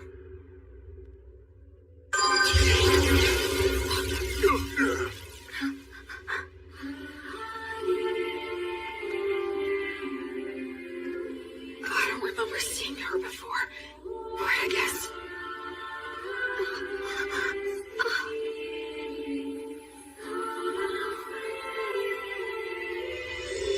Suddenly everything was clear to me. Mary had been forgiven all along. Mater never resented Mary for a second. Mary didn't seek forgiveness even once, nor did she ever expect lenient treatment. That's why Mater continued to watch over her and admonish her as she wished, and she's kept that up for 200 years, never revoking her divine blessing, so Mary could finally forgive herself. What mother wouldn't protect a daughter in danger, who's devoted her life to worshiping her? The Earth Mother Mater that Mary reveres is truly a great goddess. In this moment, Mater has granted me grace field, battle to fight, grant this soul pacing guidance! The divine torch guides souls into the cycle of death and rebirth, but it still can't completely defeat stagnate. So what I need to do is... That's right. Since these two are resisting, the divine torch will guide them back to that cycle, which means I have to protect them! Delay the cycle! Flummox the guidance! And in the moment when he erases my technique...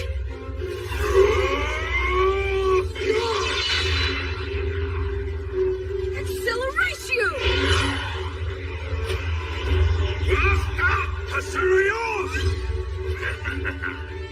You should start off by learning how to use your minor magic more skillfully and accurately. An accelerating strike like that is far more versatile than some magic that would erase his existence!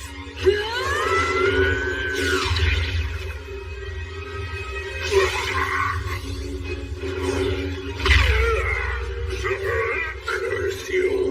Curse you!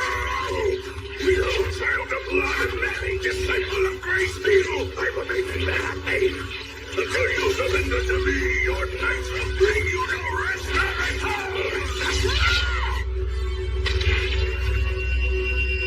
That's the kind of thing a third-rate villain would say. God.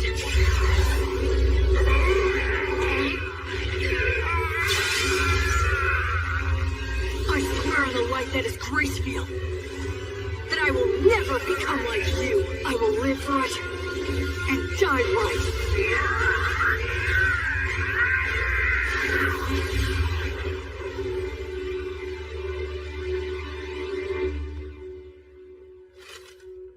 Quietity, ambulare alivita, noli fugito, etium sigillum.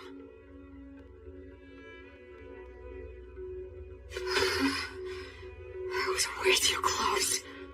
This overeater blade that Blood gave me, then Gus mightily defeating the double of the Echo, as well as Mary's Earth Mother Mater buying me valuable time. All these things that the three of them have given me. The sword, the magic, and the prayer technique. And most importantly, the part that's my essential core as a person. If I'd been without any one of them, I never would have stood a chance. It's all thanks to the goddess's divine protection. And the three of them. Will, so glad. You're all right. Mary.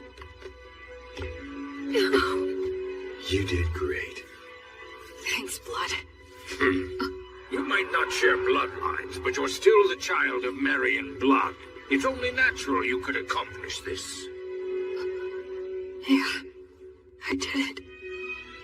I did it.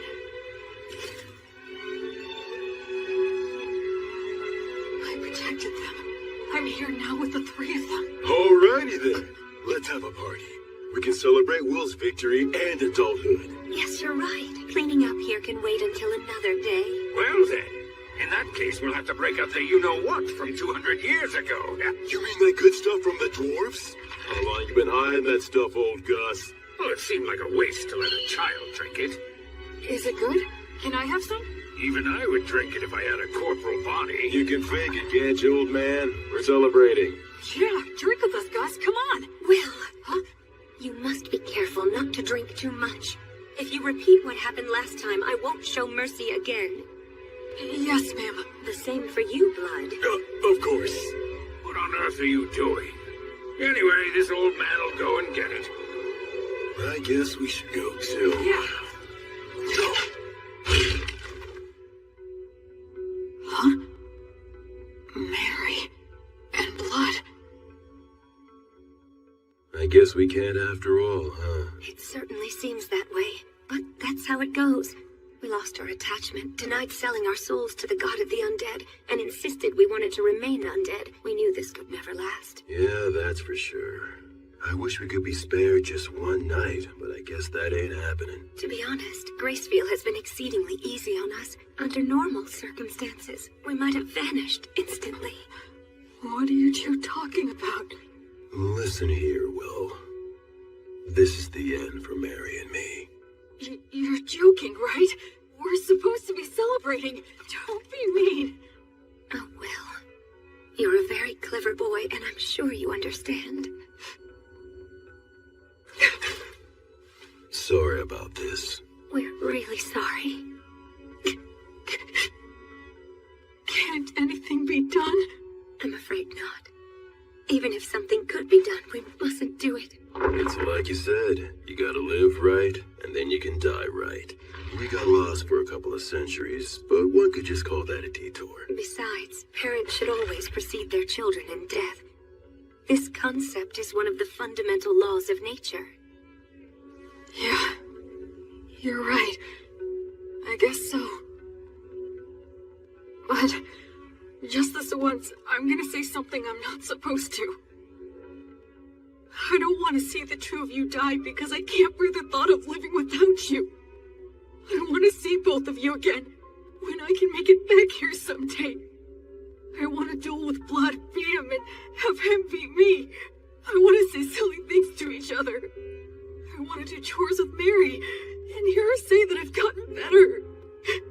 I want you to meet my children and my grandchildren someday, and I want you to teach them lots of things too. It's just cruel to say that you're going away now. I don't want you to. If you two go away, I have no idea how I'm supposed to go on. Don't go. I can't.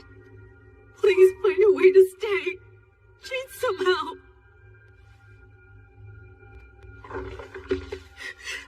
Hey, there's no need to be selfish now. Blood is right, Will. Be reasonable.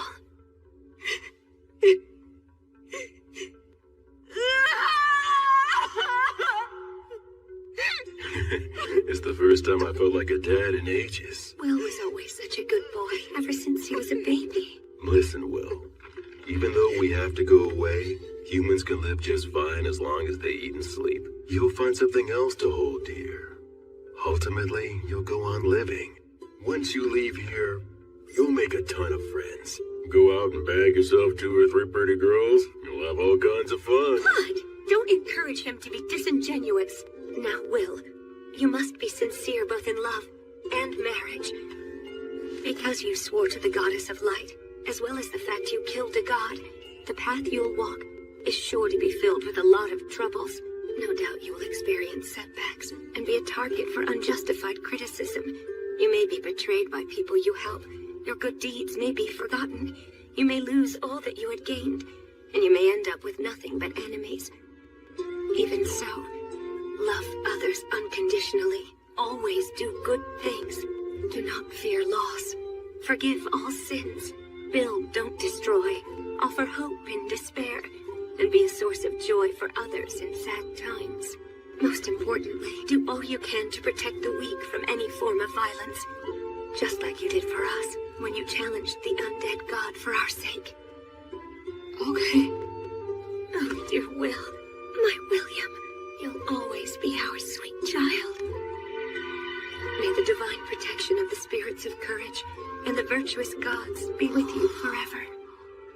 Listen, move forward with faith in the results you'll achieve. Once a person makes up their mind, they can do anything. You might get lost in your own thoughts sometimes, but don't get so stressed that you freeze in place. I engraved the images of them and the words they said into my heart right then and there. I will never forget them. Just like the light of the goddess, I know they will always be there to light my path. Ahem. Did I get here a bit too soon?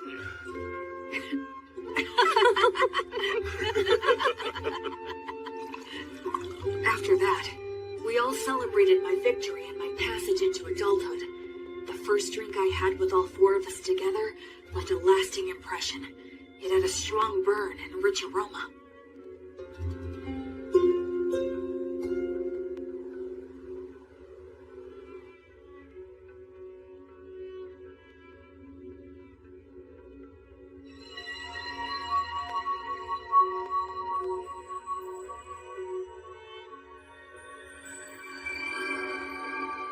That day, the holy light guided my parents back into the cycle of death and rebirth.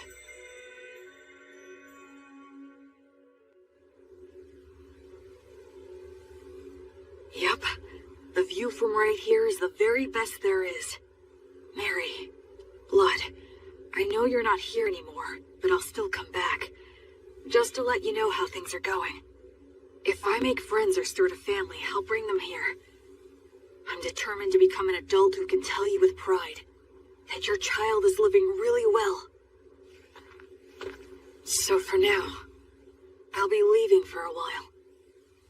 Are you all done? Yeah. By the way, how come you didn't die as well? That was cruel. Are you aware that you just wished death upon an old man? You're evil. Aw, you're bumming me out. But actually, I was just thinking about how all of your wonderful treasures would be mine if you died. You're an evil grandchild! The evil grandchild just outed himself! Come on, I only meant that all the money you have no use for would finally have a good use. Know what I'm saying, Grandpa? Yes, fair enough. Fine, take it. Huh?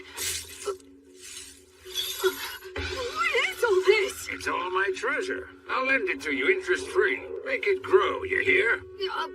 But I mean... Stagnant money that never gets spent might as well be dead. I don't like stagnant money lying around, so you had better make good use of it. Gus. So I guess this is my last gift from Gus. Not that I'll be passing on, though, for a good 10 years.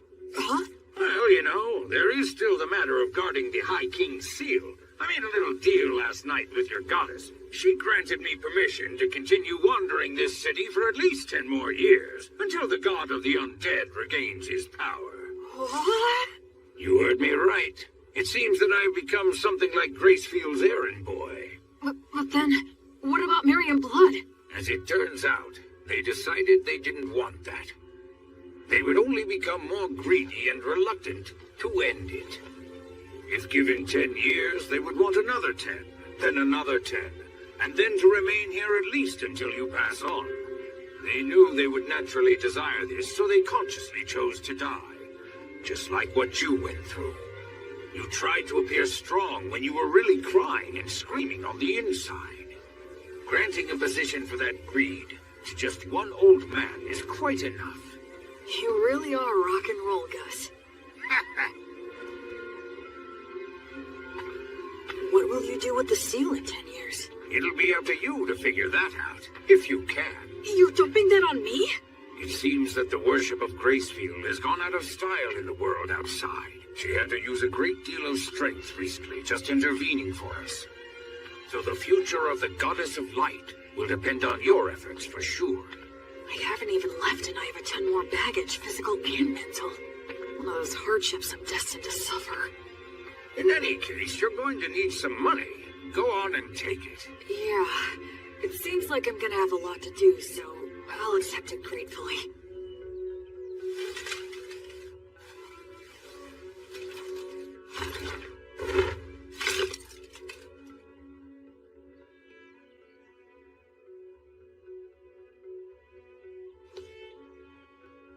This is it. I'm leaving.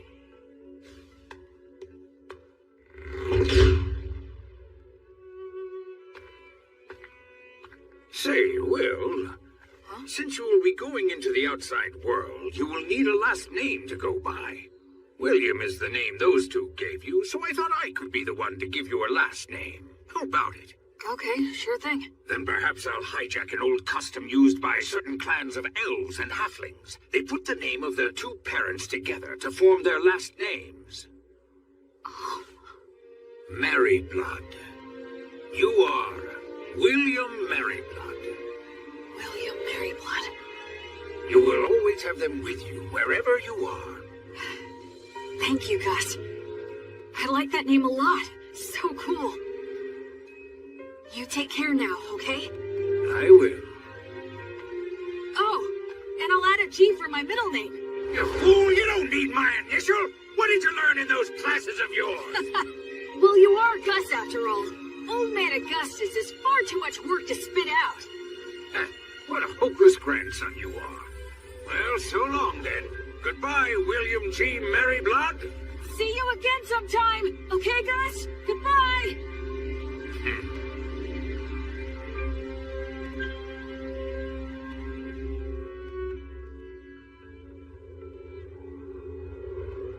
Hey, Fortress General! You doing good? It'd be perfectly natural for two warriors to introduce themselves, say a few words before facing off.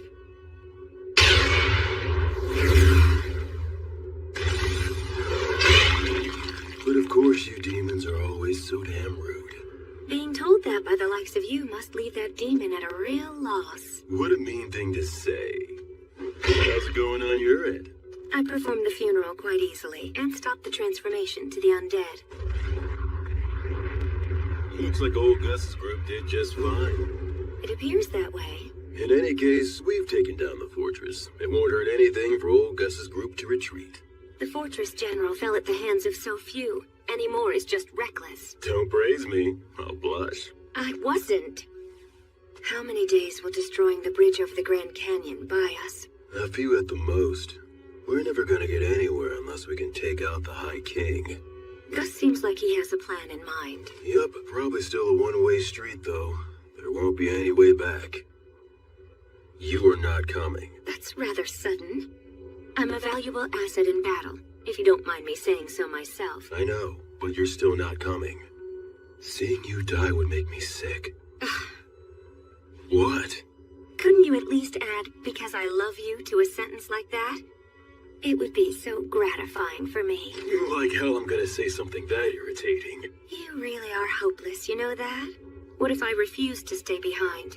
I'll send you back even knocking you out. I already got old Gus's consent. I see. And I suppose it would be pointless to resist. That's right.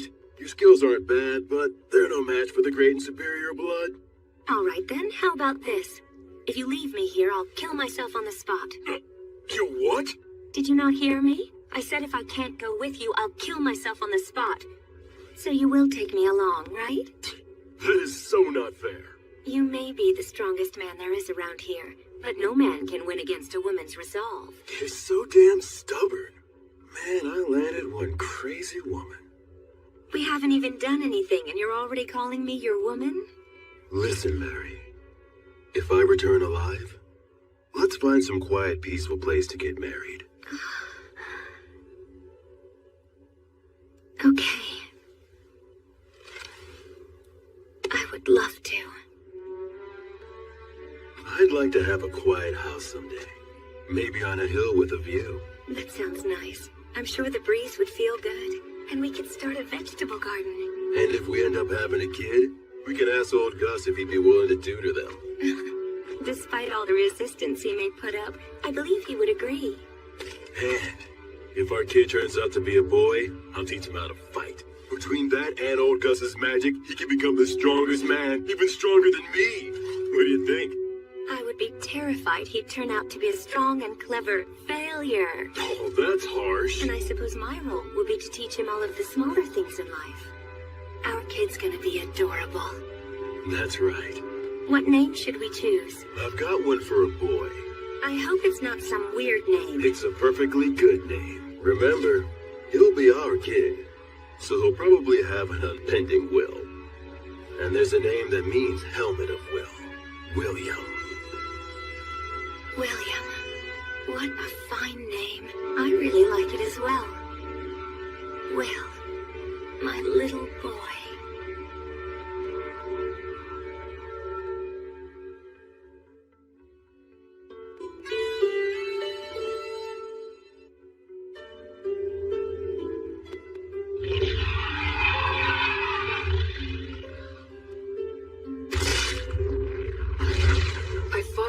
Several times since I left the city of the dead.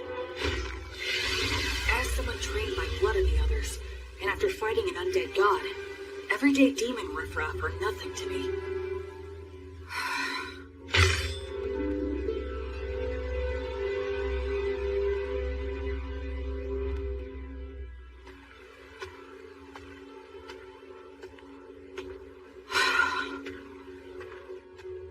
It's been quite a while since I departed, but I still haven't met any humans.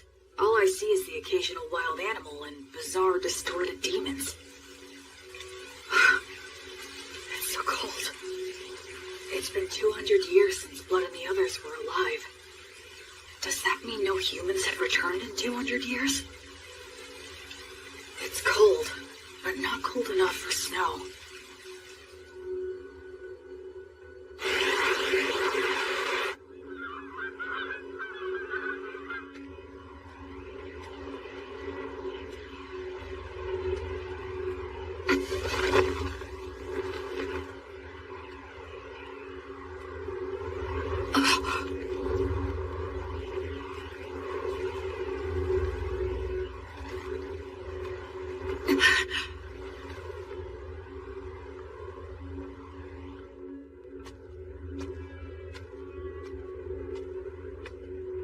But there aren't any people.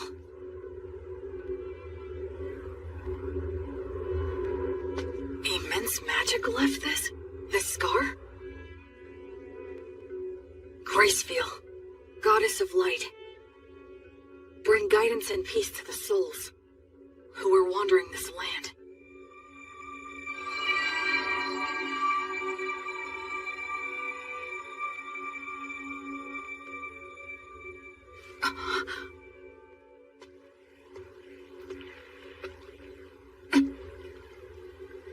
Yes, of course.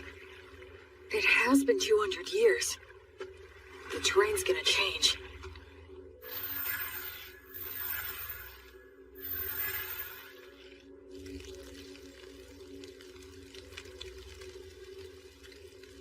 I'm running out of preserved food, but I can get bread by praying for the blessing, and I can purify water so I can survive for a while.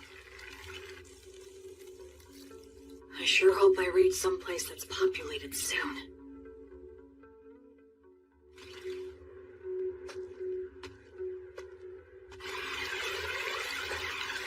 If I keep walking downriver, eventually...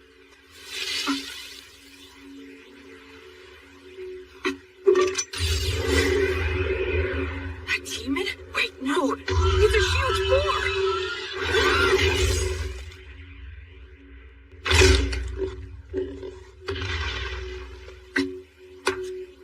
I should finish it. What's this? That's the same white fletching. Is he a hunter? Looks like I'm in a jam here. Both of our weapons are drawn and ready. It all depends on what he does.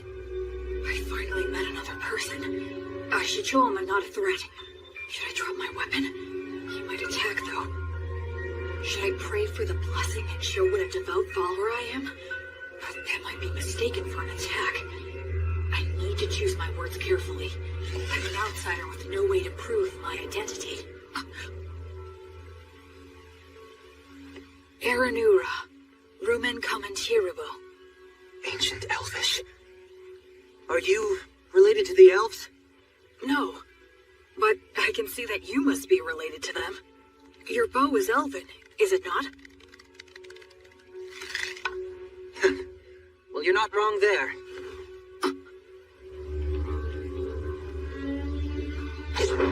So what? The more important thing is, did you kill the boar? Oh, yes, it was me. That boar was my quarry. You took the kill from me. So, I almost said sorry out of habit from my previous life. Yes, you're right. It charged at me out of nowhere. I was forced to protect myself. Anyway, this will take some negotiation. I'm the one who ended up killing it, so I think I have at least some right to it. All right, I guess you have a point. Oh, damn it, the arrowhead is broken. I don't have any left. I wonder if metal is hard to come by. We negotiated a few other things after that. The silver-haired half-elf was a skilled negotiator, so I was sort of at his mercy for the most part. But he agreed to give me the boar's shoulder, in exchange for helping him butcher it. Wow, you know your stuff, huh? I'm sorry. You have my gratitude. We'll make good use of you. You're so devoted. Well, at any rate, this front leg will be all yours. That's it for the portions. Okay. I guess we should eat the liver now. It'll go bad fast. Oh, I've got a pan we can use. Flammo Ignis. Hey, you're pretty impressive with your hands. Kind of. I should keep my magic a secret for now. So, now we just wait? Yeah. Earth Mother Mater, and the virtuous gods, we give generous thanks for your grace as we partake in this meal. Please bless the food that is here before us, that it may robustly nourish our bodies and our souls. You really are devoted, huh? He doesn't seem to be much of a believer. But I'm the one with memories of my past life, while he seems closer to nature. It's so hot! Good stuff. This is the best. Huh? So you want directions? Well, the thing is, it's kind of hard to explain. I'm not sure how to put it. You don't look familiar. Seriously, where are you from? Telling him I was raised in the ruins by 3 undead probably wouldn't help things. I came here from the south. The south? Nothing further south than this, bro. Huh? We're as far south as you can go. Beastwoods in Southmark. I did come from the south, though. It's a long story. Oh, so you're one of those adventurers who scrounges for treasures in the ruins. Yeah, something like that. And then you got lost in the woods. I've never seen an adventurer who's so absent-minded. Whatever. Just keep following the river downstream, and you'll reach a small town in a couple of days. You'll figure it out from there. Thanks so much. Yeah, well, good luck. Hey, if it's on the way, do you think we can stop by the settlement that you're living in? I mean... No. I want nothing to do with you. Take a hint. Yeah, of course not. Who'd want a total stranger in armor like this following them home? I'm sorry I asked. You better not follow me. Will you be okay with no light? Don't worry about it. It's none of your business.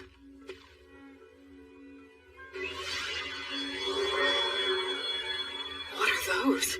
Fairies. I've never seen them.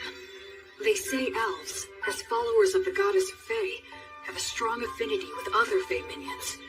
I guess that goes for him, too. Later. My name's Will. William G. Merryblood. What's your name? Menel. Short for Meneldor. Not that we'll ever see each other again. Try not to die on the road. Menaldor. In Elvish, I think that means a very fast-flying eagle. He was a bit abrupt, but it was fun talking to him.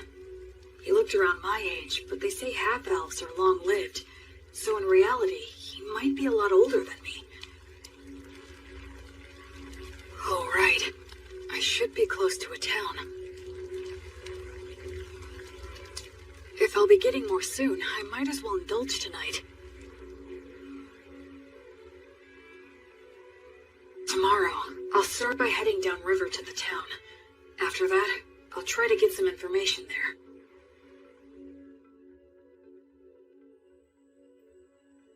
O light, my heavenly light, as you travel, I pray strongly for thee. Bring light to the faraway darkness. Be blessed.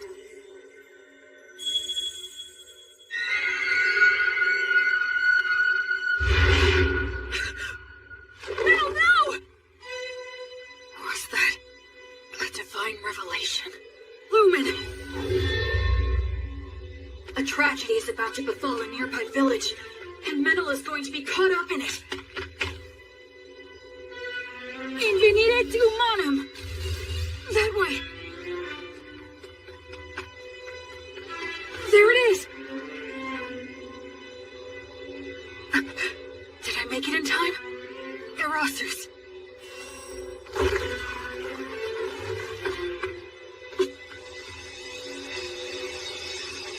I thought I saw something shining in the forest right now. Sure you weren't just seeing things? Thank goodness. If I tell them I know Menel... Quick, hide! Get behind me! Hurry up! Are they raiders? Will Menel's village be attacked? Will he get caught up in disaster? No. A divine revelation is after the interpreter. No. It can't be. How could I have been such an ignorant fool? Menaldor isn't the victim of this tragedy. He's the perpetrator. Go. Secure the village. I'll deal with this one. Menel, what are you doing? I thought I told you not to follow me. Die. Everyone wake up! Get out here! They're under attack! Get your weapons! Acceleratio! Some gnomes slip underfoot. I have no strategy against someone who can use berries. In that case... He doesn't even realize that if your muscles are built up enough, you can solve most any problem by force. Damn it. Salamander, burn him alive.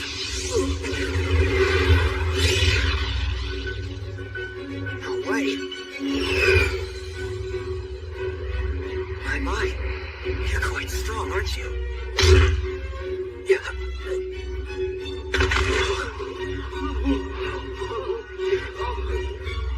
I need to subdue them all before anyone gets hurt or killed. Uranium obligatio.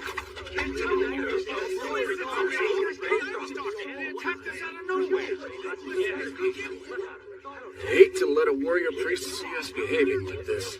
Thank you again. We appreciate all your help from earlier. Pleasure meeting you. I'm John. Likewise, my name is William. People from all over with different ideas about the law drift to this village naturally. It's always like this. This village is in an area of Southmark known as Beast Woods. Apparently, it falls under the rule of the Fertile Kingdom, but the law and authority of the kingdom doesn't reach these dangerous remote regions, so the area is dotted with villages populated by criminals, fugitives with no relatives, adventurers who scavenge the ruins, and other outsiders. Of course, I'm one of those people myself. So, what's going to happen to them? I'm not sure. Your guess is as good as mine. They're all from a neighboring village, which is about a day's travel from where we are right now. Neighboring village? Neither of our villages are all that well off, but I thought they at least had enough stored up for the winter.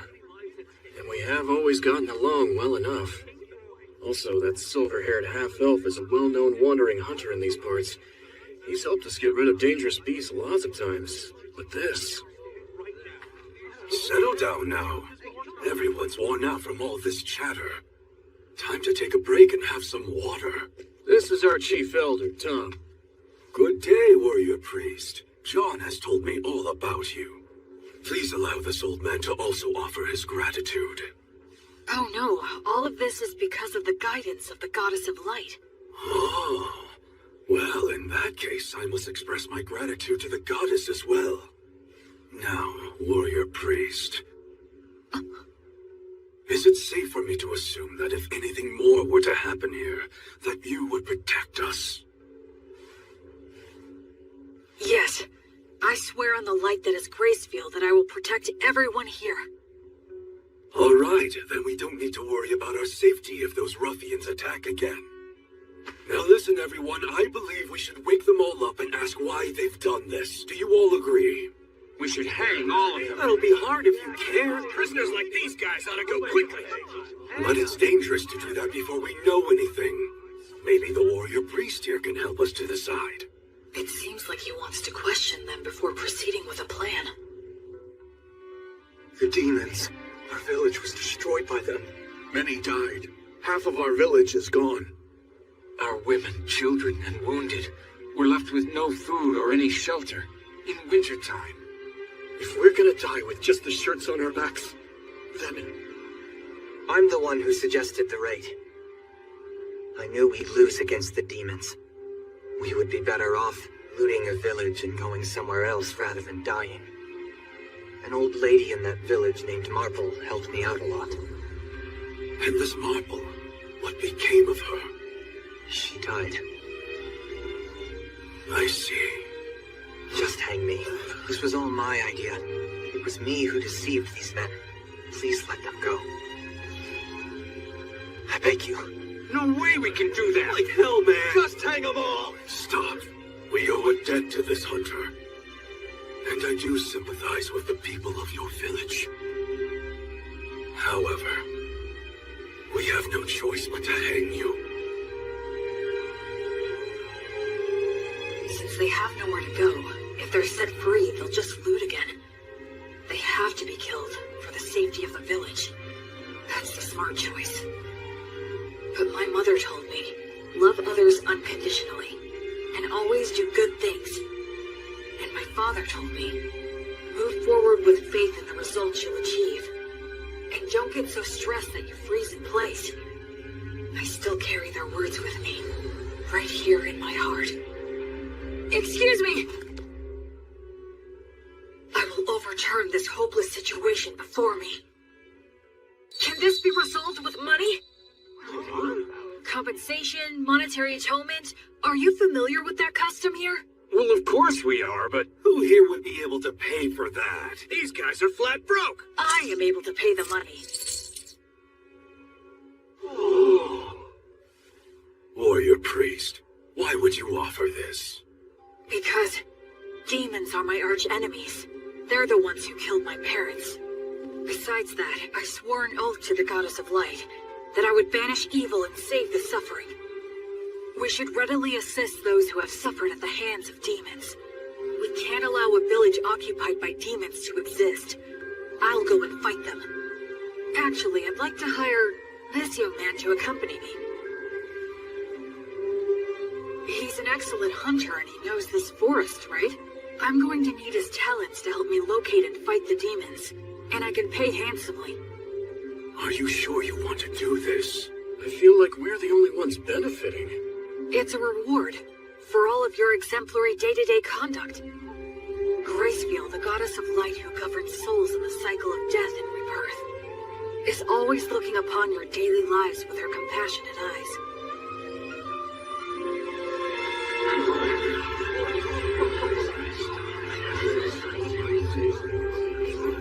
Then let us untie them now. All right. I managed to turn that all around, at least I think. I had a feeling that somewhere, some god was giving me a tiny smile. The people of the village that was attacked took in all the villagers who were involved in the raid. Part of it was to use them as hostages, I'm sure, but safe is safe. So are you going to tell me what you're really up to? I I don't have anything to hide. I meant what I said. Because you're a warrior priest? Well, I almost forgot. I know it's already after the fact, but you will let me hire you to take you back to the village and destroy the demons, right? You're asking this to the guy who instigated a raid and a murder. Shouldn't I be punished? I already cleared your debt by paying reparations. Besides, it was the only way you could help out. The people were starving, right? It's never crossed your mind I might betray you? If you do, it's the people of the neighboring village who will suffer. You're too damn nice. One of these days you'll be picked apart and left for dead. Well, I'll be very careful then. Okay, sure, I can work for you. I do need some money after all. Great, thanks.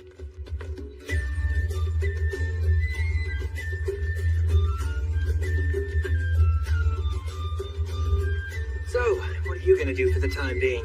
Huh, Mr. Bossman? Our challenge is that demons have occupied the neighboring village. Right. I guess we'll just charge in. We don't have much time. Oh, what are you, insane? There are a lot of them, and they've got demon beasts. You got a plan? What are our odds? It'll be fine. I'm used to them. Well, you are right that we have to hurry. The people who died might have turned undead by now. If that's true, I need to return them to the cycle before they get lost and end up stuck here.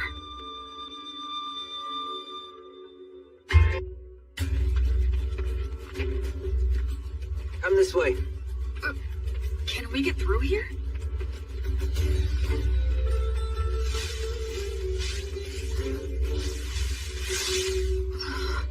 This is perfect. We'll camp here tonight. Dear green ones, grant us shelter, a bed of grass, leafy trees, and strength for any surprise guests. Wow! It's not such a big deal.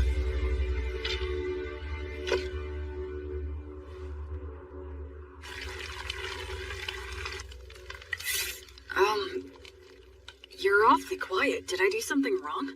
I wasn't raised very well. I'm uncomfortable with people who were brought up like you. But don't worry, I'll do my job and repay my debt to you. I wouldn't say that I was brought up that well. We'll reach the village by morning. Remember, I'm only dropping you off. I won't be fighting any demons by your side. I know. That's fine. Shouldn't we keep watch? The fairies will do it. They'll wake us if anything happens. Hey, why don't we stay up and chat for a bit? I'm tired. If you want to stay up, do so on your own. I wonder how long it's been since I began my travels. One thing's for certain. It's my first night spent with someone else since my departure. Ruins, huh? Used to be. The stones and stuff are pretty useful for building these things. The village is just ahead.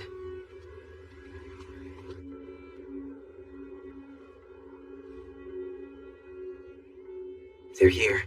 Yeah. I'll go and scout it out. You stay put.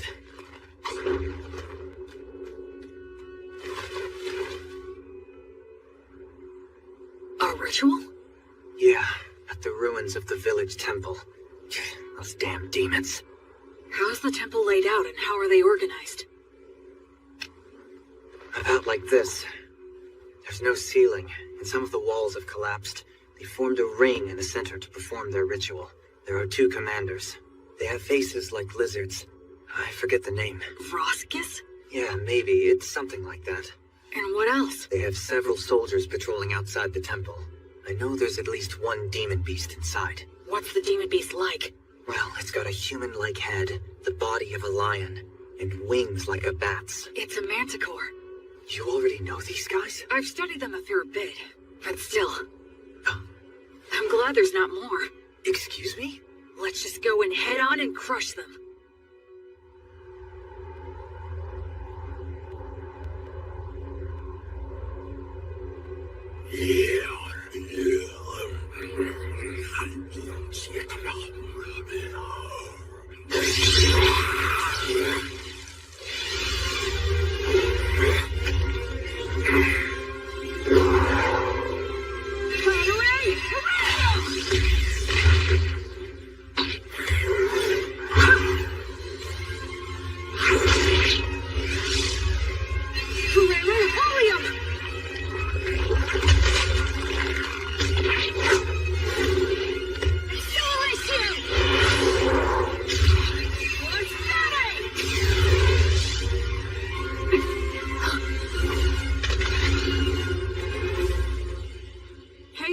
said you weren't going to fight. I jumped in because I could tell you were winning. I don't know many people who could tackle those guys alone and win. The conditions were in my favor. Regardless, your strength is abnormal. Do you do some special training or something? Oh, I eat a lot of bread, I guess. Humans usually don't get stronger just from that. Well, I think we took care of the bulk of their forces. All that's left is to clean up any surviving demons. I hope some of the villagers survived. Oh, hang on a second.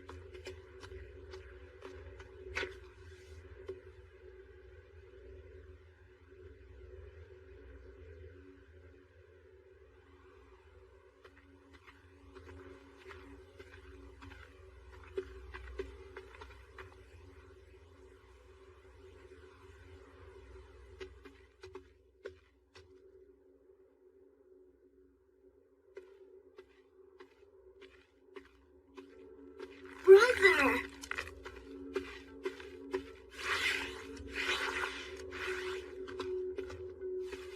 Brother Minnow, it's really you.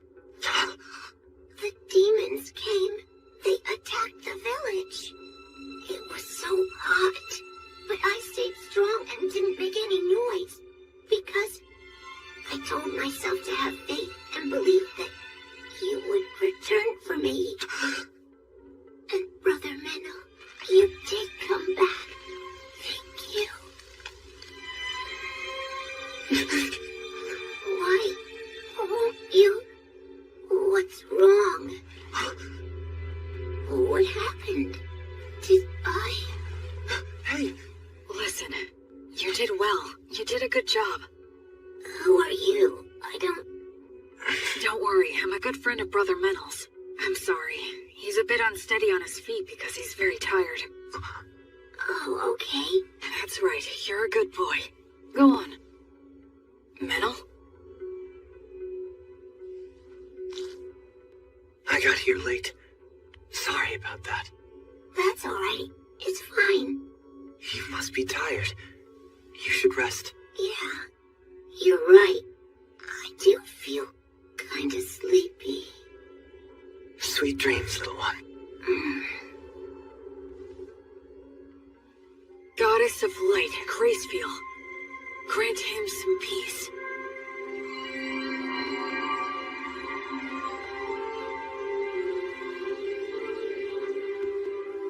Hey, What's wrong?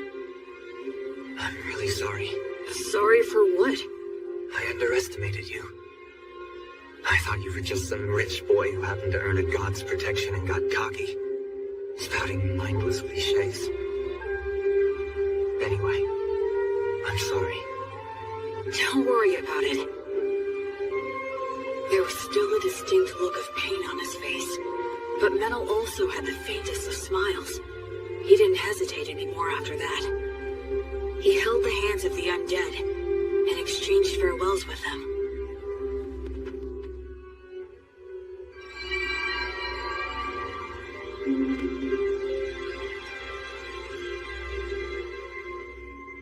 I think we checked all of the major locations. I don't sense any more demons. One more. Huh?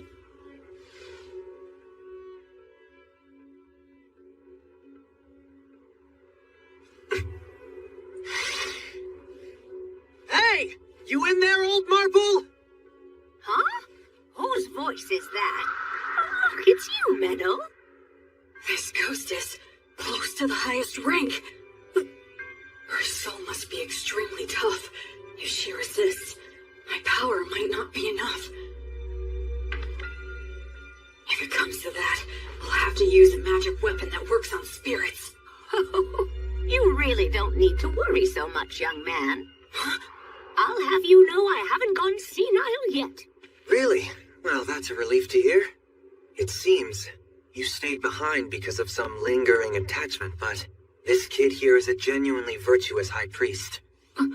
Returning lost souls like you to the cycle of death and rebirth and treating wounded people are what he does best. Oh? Listen, we can take care of the village now, and I think it's high time for you to move on.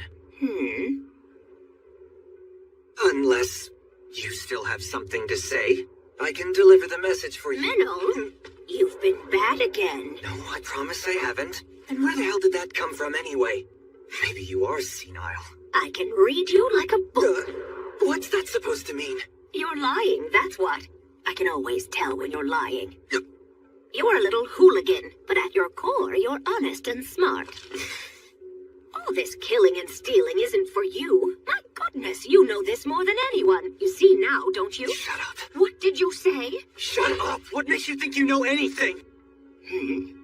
Just what the hell was I supposed to do, Marple?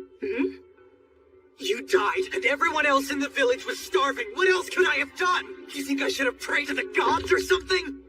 The gods? The gods have never helped me out, not even once!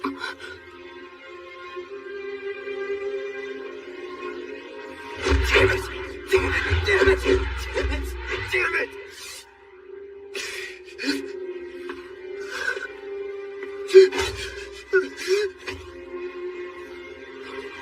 Damn it all. I've had enough. Just let me die with you. The life of a half-elf is too long for me. Those with elven blood live for hundreds of years. Even after they lose the people and places they love, it still doesn't end. They can't leave. Listen to me, Menel. Now, Meneldor. Despite all that, the gods have given you a second chance. It's your last chance. Stop living like some useless bum. You may hate the gods, but remember that the gods will never stop loving you, even if you don't notice it. They will always shine their light, never growing bored or tired of you. So now, you just need to realize that light is there. Okay, priest, I'm ready, but if you wouldn't mind... Yes? Can I entrust you to look after this poor fool? He's not really such a bad boy at heart. So please, treat him well, won't you? I will. And as for those darn demons and demon beasts that attacked the village, I'm certain that they weren't just strays.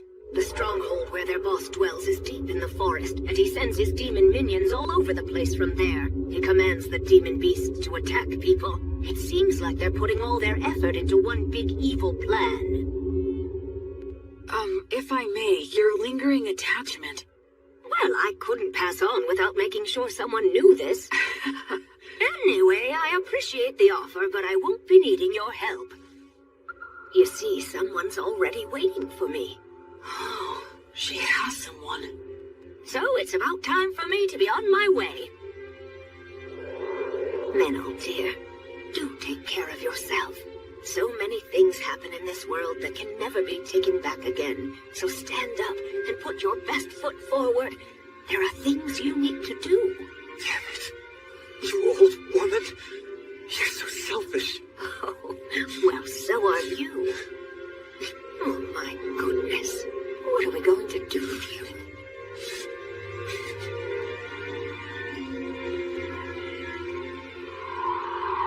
Well, I'll leave the rest in your hands. Of course.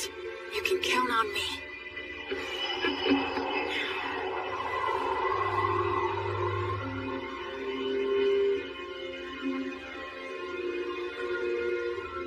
The present state of this world is dark.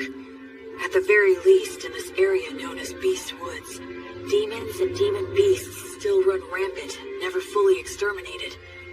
No nation's laws reach here. So even among humans, robbing and mugging are widespread. Certainly, as an outsider just passing through, I'm not obligated to do anything. I could just walk right by it. But as you travel, I pray strongly for thee. Bring light to the faraway darkness. Be blessed.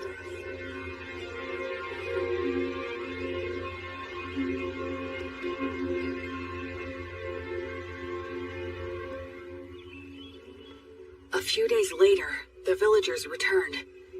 Though they were shocked to see the state the village was in, they eventually gathered up their remaining farm tools and started digging holes to bury the dead. And we all laid them to rest together. So, What are you planning to do now? Well, feast your eyes on this.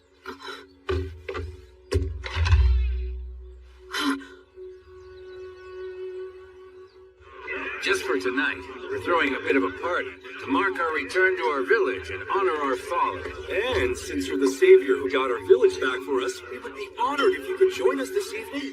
I'd be glad to. Oh boy.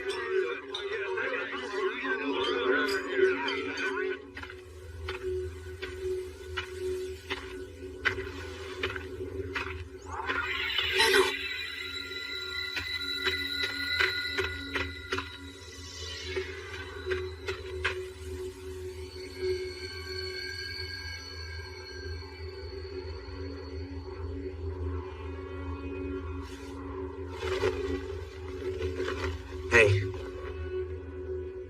That's a beautiful view. Looks are deceiving. Those ruins are actually an undead nest. Countless adventurers have gone in, but none have ever come back. Oh, I see. Okay then, I'll go there tomorrow. Huh? Were you even listening to me? Yeah, you said it's an undead nest, right? If it is, I need to go and return them all to the cycle. I forgot who you were for a sec. Being around you throws me off my game. And here I thought I was a much more indifferent person than that. A little late to say that after the way you were wailing earlier. Well, why are you saying that to someone who's already depressed? Hey, Menel, what was Marble like? Can you tell me about her? She's strange, exactly like you saw her. I was born up north in Brassland, in the great forest of Erin. That's where all the elves live. My mother was a woman of insatiable curiosity. She took off somewhere outside the forest, came back pregnant with some stranger's child. Then she gave birth to me and immediately died. I grew up at a different pace than everyone around me. And the thing with my mother didn't help. They said I was a disgrace, and since I didn't fit in the first place, I ended up fleeing to the forest. Of course, the world outside was no paradise either. But luckily for me, I could use a bow and arrow as well as knives. And I could see fairies. When I ran into enemies that wanted to eat me, I had the skills to kill them instead. If I didn't, most likely I'd be prostituting myself out in some back alley. You do have a pretty face. What's that? Nothing. Go on. Anyway, I became an adventurer and slowly made my way to Southmark, where there were a lot of old ruins still. But a member of my party betrayed me in a fight over the loot we found amongst the ruins. He poisoned my food and I nearly died. I killed him with my own hands. But all of them except me died anyway. I didn't even know where I was wandering off to. It was near that village that I finally passed out.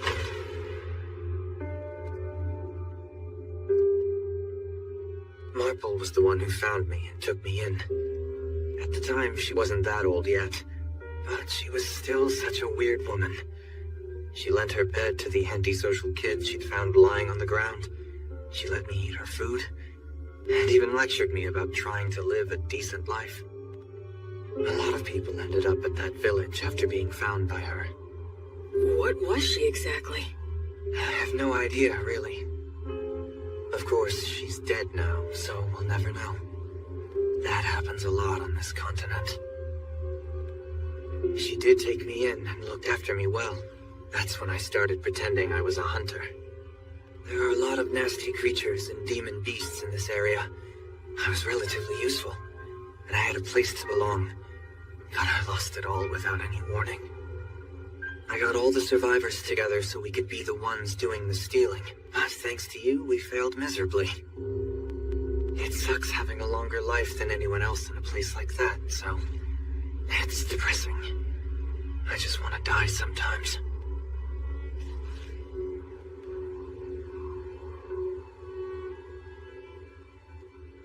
Well, I suppose I'll get back on my own 2 feet soon enough, huh? What? Stop making faces at me. Huh? Just saying that there's a huge difference between your priest self and your normal self, huh? What? So, Will, priest of the goddess of divine light, I'm grateful to you. You stopped me before I could do something irreversible. and you saved the people of the village. Hence, I'm asking to receive the light of the goddess through you. Do you accept what I ask? I will act as the medium. You can form a bond with my goddess. I will pray for you. May the divine goddess of light, Gracefield, hereby love you, illuminate you, and always walk by your side in your travels. To my guardian deity, I swear to live my life honorably. Please shine your light upon my path. Help me atone for my sins. There'll be tough times ahead, and I might want to die now and then. But I'm not gonna stay down. I'll put my best foot forward, like the old woman said. Menel, you're really strong. It's amazing. I admire you. Come on, stop being gross. Between the two of us, you're the strong one. Where exactly does your power come from? I'm not strong. I just lucked out and happened to get amazing teachers in my life, that's all. Well, I'm not going to meddle. Anyway, ready to head back? Mm-hmm.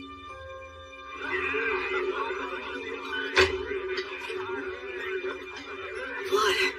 Married. So, I think maybe I just might have found the very first person I could call a genuine friend. This looks bad. They stole all of the livestock, and they destroyed a bunch of tools that can't be replaced. We'll have to make the journey all the way to White Sails to buy some more. But with whose money? Well, we can't replace everything. Hey, what exactly is White Sails? Oh, are you being serious? What's your deal? You grew up in a cave or something? Sorry. So, White Sails is this... Oh, could you tell me about the history of this place, too? Yeah. All right, fine. You know we're in the southernmost continent, known as Southmark, right? Yes, that I know. So around 200 years ago, Southmark was engulfed by a horde of demons. The 100 heroes took out the king of the demons, but the humans abandoned this continent, crossing the sea to retreat to grassland in the north. The 100 heroes. That's Blood and his buddies. Since the Fertile Kingdom unified the southwestern region of grassland, they've been cultivating the land with the intention of reclaiming it. And as for the area of White Sails, it's the port town that became the center for immigration from the north. I see. A lot of misfits and aspiring heroes go there. Also, those with divine revelations. You're hoping to gather more faithful on this trip too, right? I understand that Gracefield used to have a lot of devoted followers on the southern continent. Can you tell me more? I think that most of her followers were scattered after the Great Collapse. Yeah, that's right. But those followers who managed to escape to grassland kept her name alive. Yes, even so, her following has declined quite a bit. Rampant demons and demon beasts. Villages that resort to thievery. Faith in the goddess dying out. Perhaps this was the mission that the goddess had in mind for me all along? Well, enough of old history lessons. We need to help the villagers now. Yeah, with regard to that, these villagers don't have a lot to spare. Hey, Metal, want to explore some ruins? We'll divide the loot. What? I didn't expect looting ruins to be another one of your specialties. I'm used to them. Seriously, who are you anyway? But we do have enough money to rebuild now. We can buy new tools and livestock. Plus, I made up for my personal expenses. Can't wait to get to the city. First thing we're gonna do is eat there. Seafood's in season, so... Someone help us! A giant ape! The two running from it are a halfling and a hawker? Stop! Good grief! Stop it!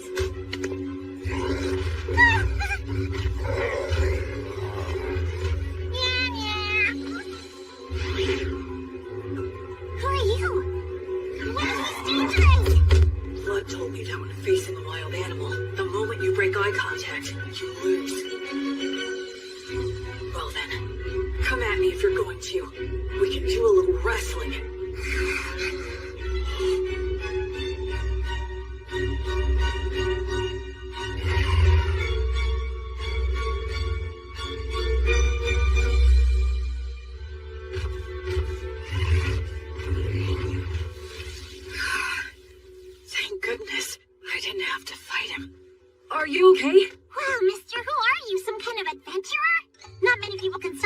imitate a giant ape this way looking at it. You're incredible! Oh, I'm Robina. Robina Goodfellow. I'm a singing, dancing troubadour. I go where the wind takes me. You can call me B for short. And that dork over there is Antonio the Hawker. I call him Tonio. The company he worked for went under, so now he passes himself off as a hawker on remote country roads. Sometimes it's hard to get a word in edgewise. We were just on our way back to White Sails, which is my home base. White Sails, huh? Boy, you really saved our hides. Thank you very much. My name's Meneldor. I'm a hunter around here. We were about to do some shopping in town. And this guy is... I'm William. William G. Merryblood. I'm a priest in service to Gracefield, the goddess of light. You can call me Will. Wow, that's a noble name. Gracefield's the one they love in the southern continent, right? Oh, wow. I didn't know she still had priests. And not just any priest, a warrior priest. Am I right? Am I right? It's true. He may look spacey, but he's got mad skills. I mean, I hardly ever get attacked when I'm walking with him. Are you saying that the beasts know how strong he is and avoid him? What the heck? How cool is that? What? You usually see more of them? Yes, of course. That's why it's called Beast Woods. It feels like their eyes are piercing me. Anyway, is it just the two of you? No guide? Or were they killed? Well, actually, when we came across that giant ape in the forest, I'm embarrassed to say that they ran away. Some guys conned you out of their upfront pay and then bailed? You need to get way more savvy about people, Mr. Peddler guy. I'm rather ashamed. And they made a big old racket when they ran too. It was really nuts. Giant apes don't even normally attack. They just look scary. They both lost their guides? So now what are you two gonna do? We'd be more than happy to take you with us if you want. We'll just say you owe us one. I'll do the deal making, not you. So, we'll owe you one of what? We want to buy livestock and some other stuff in White Sails. Ah, I get it. If that's what you want, then I'd be glad to help. I can introduce you to a dealer that I know. We appreciate it. And sorry for butting in. This guy has no idea how the world works. So are you really born as a true noble? He has that air about him? Like he's pure and untainted? Nah. If I told you about my origins, I suspect you'd have a hard time even believing me. You mean you're of such noble birth that you can't talk about your family? And a priest to an unsung god too? Wow, that's fantastic! My poetic heart is bursting with inspiration! Wait. No matter what I say next, it'll probably only make it worse. Now what? Okay, it's settled. Let's get moving. Yep, time for racing!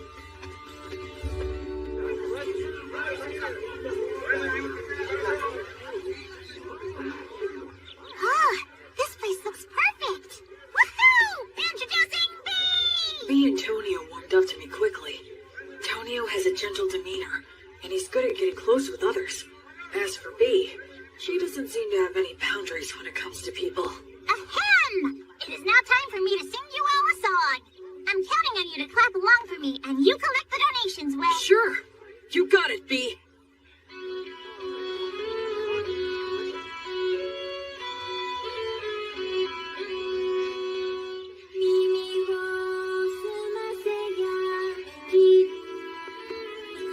It's amazing.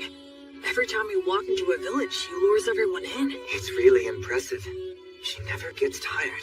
Very well. Right here. They make a good combo for doing business. Huh? A lot of hawkers use high-pressure tactics or even petty thievery to make their cut. I see. I guess it's true about him working for a company. I will. Excuse me, I'd like to ask you something. Sure, what is it? Well, this is my question. Can the blessing you invoke heal sickness and injury? Yes, it can. I see. Then I have a proposal for you. Huh? Goddess of Light. You're as good as new. Oh, wow. Thank you. I'm so grateful. How much do I owe you? Oh, don't worry about that. Offer your thanks to Gracefield. And if Tonio has anything you like, please purchase something from him. I'm a priest who is still just in training. Yes, okay. Thank you so much. Let's get something to celebrate your recovery. How about this hairband? So B attracts the people, Will offers his healing, and both bring him some business. Smart guy. Tonio's pretty cool. Yeah, I think this will help with the return of the Goddess of Light. Her power is damn impressive, though. Well, the blessing is a rewrite of reality through the sublime power of a god. That's how it can heal a wound as if it had never happened. Huh. I'm only borrowing this power from the goddess. I have to be careful not to mistake it for my own power. What? Still in training, huh? Well, I really am still in training. Will, done with your free treatments? Oh, yeah. Then come with me. Huh? There's a party to celebrate everyone's recovery. Right now? If they're at a party, she can sing again. He can sell more of his goods. He's a sharp salesman. We continued to pass through several villages, earning money in the same way, as we made our way north for a couple of weeks. Then we emerged onto Wheat Road. Let's sleep over there tonight. Man, you guys went too crazy. It's already dark. Sorry about that. Whee! I'm in such a good mood today, I'm going to give you all a free performance. Wow, how generous of you. Now, wonder what I should sing. I think Race Stop the Penetrator is epic, but it's way overdone these days. I know! The three heroes from the killing of the High King. It's a really good one. It's got the Wandering Sage, War Ogre, and the beloved Daughter of Mater. Ah, that sounds great. Now that's a solid pick. Actually, I haven't performed it in quite a while. Hey, what's wrong, Will?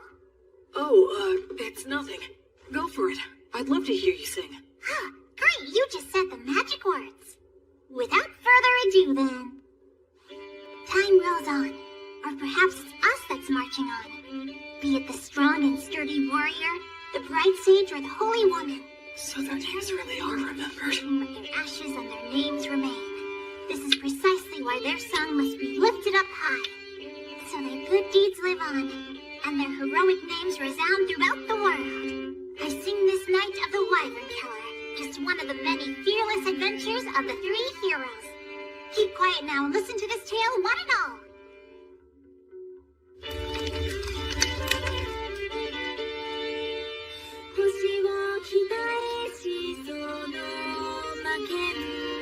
Jeez, Blood. You never talked about yourself at all. So this is what your past was like.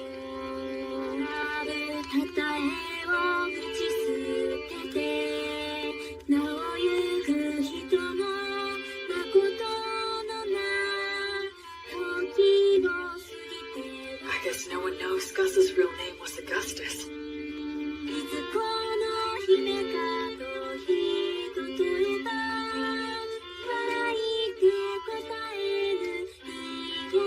Mary's refined manner definitely gave the impression of noble origins, but I'd believe it if someone told me she came from a poor village, too. These are bygone days, now far away in the past. Oh, countless wishes now left with no way home.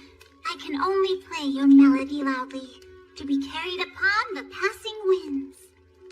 The story takes place before they were known as heroes, when the three of them were traveling together.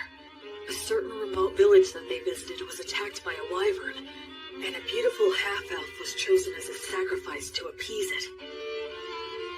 Upon hearing of this, Mary said they should save her, but Blood asked where they could possibly get the money, and Gus said nothing. Their personalities in the song are slightly off, I think, but still, it brings their voices, words, and expressions clearly to my mind.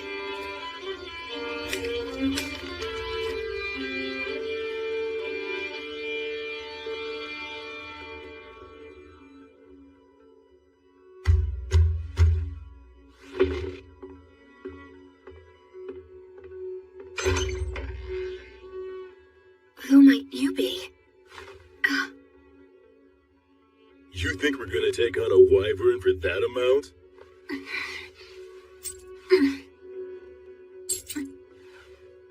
Ah, what fine money. Look how it sparkles and shines. If this will be the payment we're given, then... We have no choice but to do the job. Oh, damn, you're such pushovers. There's no profit here. I'll pay more if it's not enough. You can sell me to a slave trader if you want. You think even that's enough? You do have some guts in you, kid. You're small, but a mighty warrior. When a warrior swallows their pride and asks for help, it's only right to give that help. Let's do it.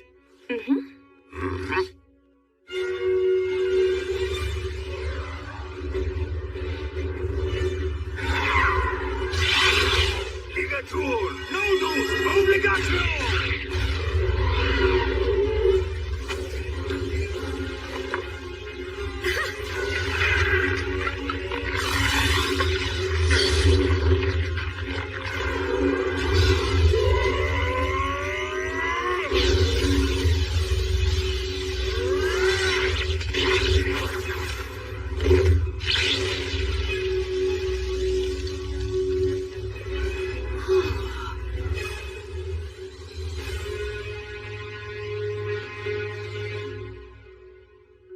So, what are you gonna do now? Neither one of you can stay in that village anymore. We'll manage. Then take this with you. Old Gus here carved words on it. That'll serve you better than some cheap good luck charm. You certainly can't be a warrior if you don't have at least one dagger with you. Please take this as well. Take care of yourselves and be good to one another. You will face many difficulties, but never forget the value of perseverance. But this is more than what I paid you. We can't accept it. Ha! Who said we're giving it to you? It's an investment, merely a loan. A loan? Listen, you two must live the best you can and build up fame and fortune for yourselves. If your names reach our ears someday, well then, we will come to collect what we've lent you, plus interest. In case that should ever happen, I will leave you with my real name. It'll be our password, too. So listen well. Thus, the boy and girl learned the true name of the wandering sage, known to no one else in the world today. Hand in hand, the boy and girl began to make their way to the city, while the three heroes walked back down the road in search of bold and thrilling new adventures. That's the end of this sweet song. But there's a follow-up to the story. Count Dagger of the Fertile Kingdom, his actual surname was Wizard's Dagger. To this day, an elderly half-elf woman still waits at his mansion. What does that mean? She believes someone who knows the sage's true name will hopefully come to her one day, so that she can return what he lent to her, along with what he lent to her husband. She plans to offer her thanks to him when that day comes. That's what this story's about. A story of three great heroes that still echoes to this day. What's wrong? Will, are you crying? No, I'm not. I'm not crying. Aw, come on now. It must have been V's great storytelling that moved you to tears, huh? No, it's not that. I promise you. Aw, don't be shy. There are still so many people in this world who fondly remember the three of you. There always were. That makes me happy beyond words.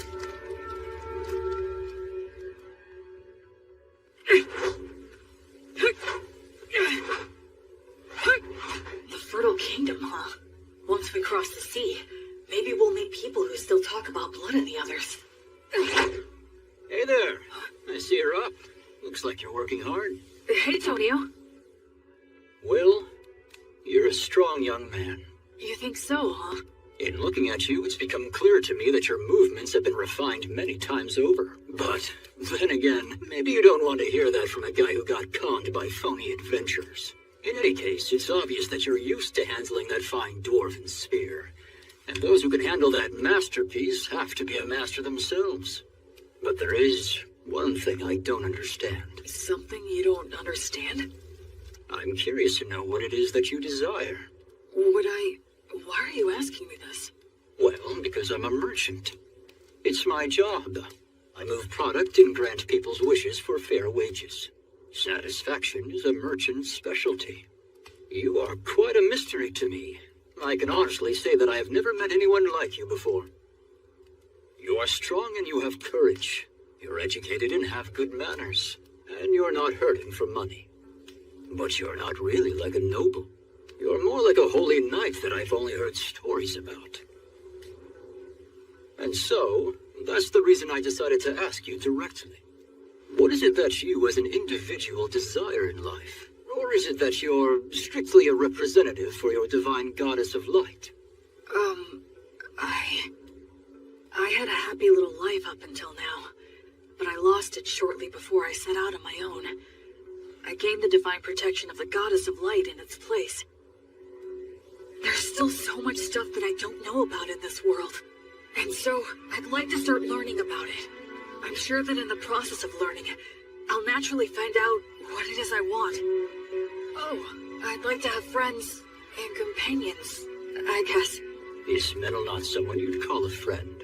Well, actually, I think he and I get along fairly well, but he seems hesitant to acknowledge me as his friend.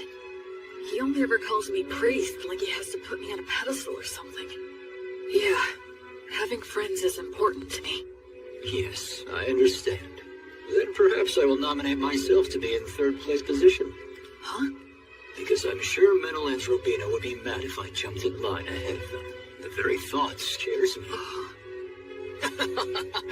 Well, shall we get some water and start preparing breakfast for everyone? Yep. Okay, here you go. Wow, so good! It really is. You're a fantastic cook, Tonio. He sure is. Honestly, it's one of the only reasons I travel with him. We're eating a lot better now, thanks to Tonio's good cooking. That's right, you can't cook to save your life. Well, it's just that... Hey, Menel, your cooking isn't all that hot either. What? You ate it? Well, we always get good bread from Will at lunchtime. Isn't that so cool? He prays and it suddenly appears. I'd prefer to stop as little as possible. I'm grateful to have food I can eat as I walk. Cool. Let's get ready to leave as soon as we're done eating. Yeah. You asked...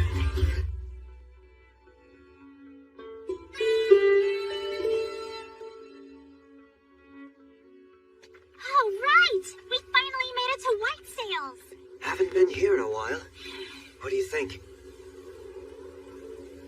It's amazing. So there's no entry inspection or toll? That's right. It's the policy of the city's ruler, His Highness Ethel. Goods enter the city by boat in tremendous amounts, and then they're distributed throughout Selfmart by land and water. Wouldn't that mean a massive amount of goods pass through here then? Yes, and if all of them are checked at the gates, it would be a hotbed for the smuggling of both goods and people. Oh, I see. So, Ethel imposed docking fees for ships and rental fees for companies setting up shop here to make money for the city, keeping the movement of people and goods as unrestricted as possible. It seems like the economy is their top priority. It's a very advanced city with a real sense of freedom. Quit talking about all that boring stuff. It's Will's first time here. Let's have fun. Come on, this way. Will, this is the city's biggest market. Wow, real people. That surprises you?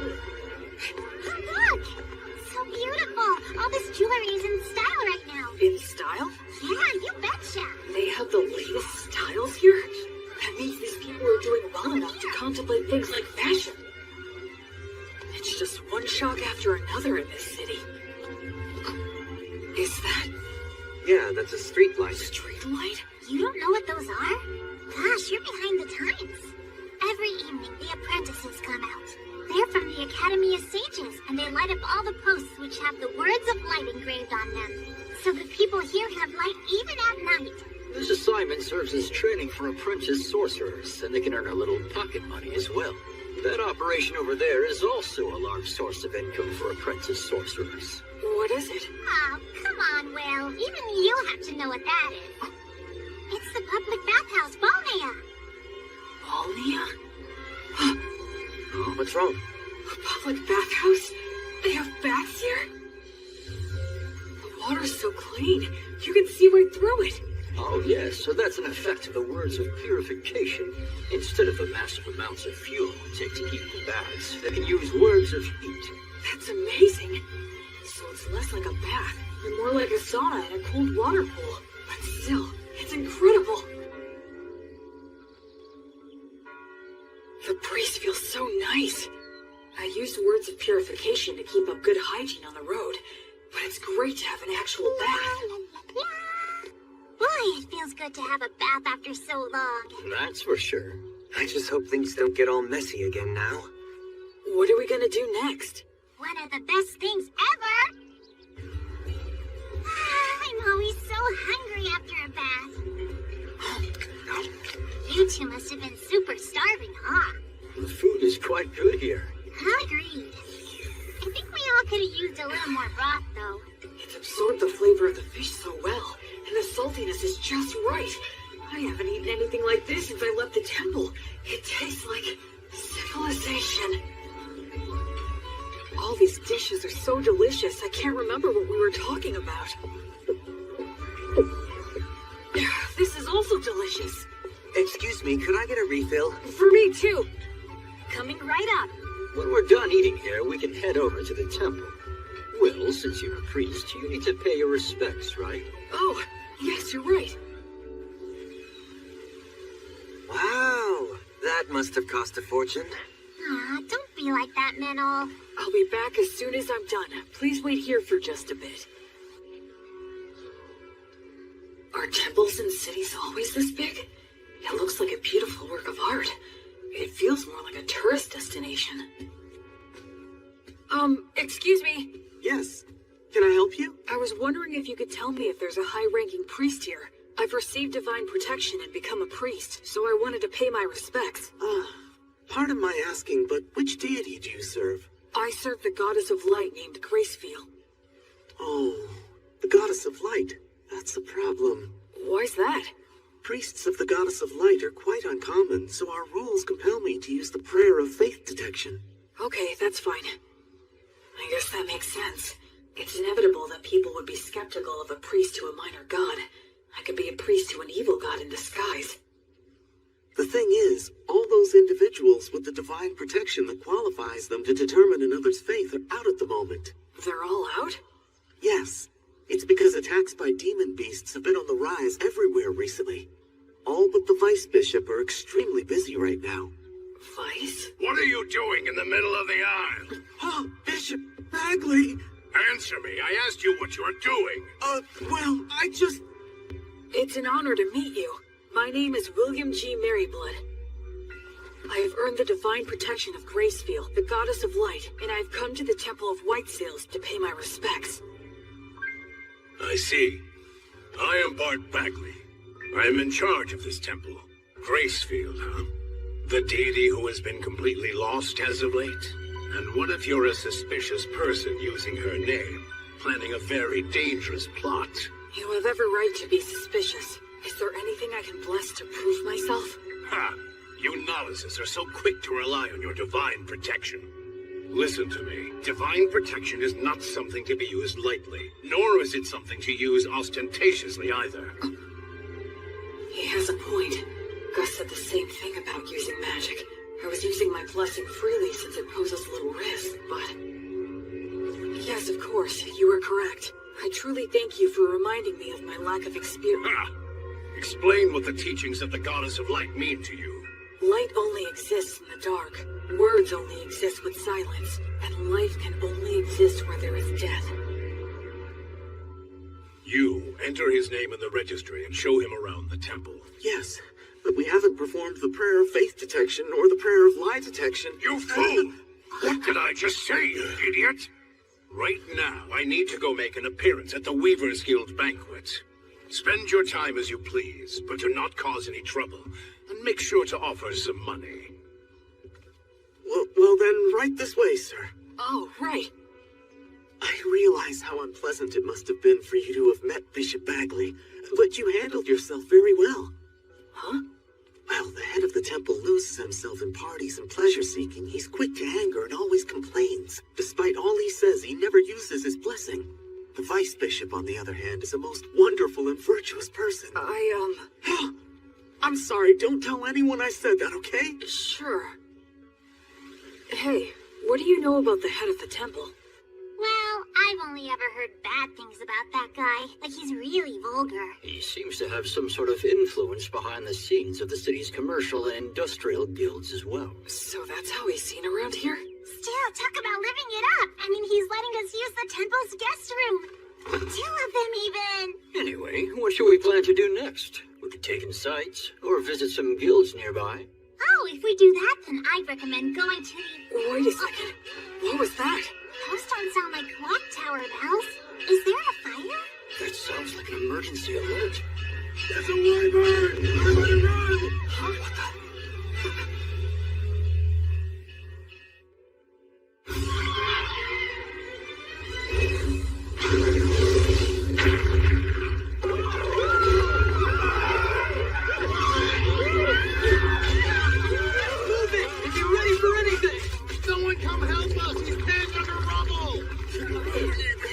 What's going on? Stop pushing! Where is my child? Oh, gods.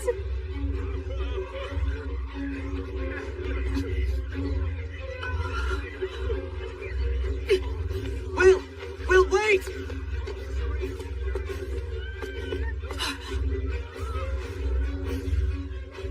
Why is a wyvern here?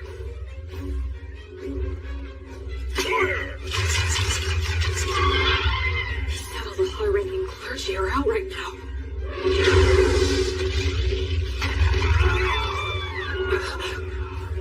Their civilization, their city, everything they're dreaming of protected. A place where people can live freely. Verba! Volanto! Tony Truce! I missed. Among the words I can use, these have the furthest range. I'll just have to keep firing until I hit it. What are you doing, you idiot? Why are you shooting off high magic like that in a blind fury? You'll get yourself killed. But nothing. You're fighting a wyvern. Have to be more efficient than that. You've got smarts. I suggest using them, you moron. Don't just rush in. You should start off by learning how to use your minor magic more skillfully and accurately. I got it. All right, then. Think. What can I do about this wyvern using all that I know? Menel, would you help me? I need you and your fairy magic. Right. B! Tonio! Huh? Please work with the people nearby to get everyone clear of the temple's front garden. I'm going to bring the wyvern there. Your Excellency, you must take shelter below, quickly! How could this happen? Dozens of people, if not hundreds, will die. Sylphs, maidens of wind. Your steps are the wind's steps. Your song is the wind's song.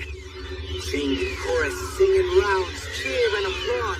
Your sweet harmony shall spread the words of origin in the 10 directions. Verba, Volanto, Conciliat, Sepitor, Tony Truce, Uranium.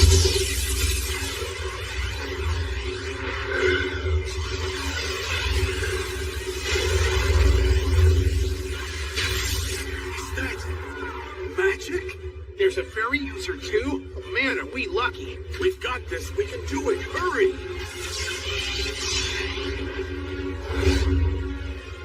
I'm probably not hurting it that much.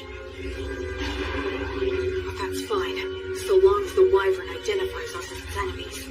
Almost all beasts of this type are highly aggressive. Even in situations where they can get away, they'll choose to take the offensive. Here it comes. The rest of this situation depends on how close my skills have come to theirs. Goddess, I now fight for the sake of my oath. To banish evil and save the suffering. Pray. Be as unbreakable as a diamond. For eternity. For all eternity. Reject all that is evil. On the flame of Freefield, goddess of light!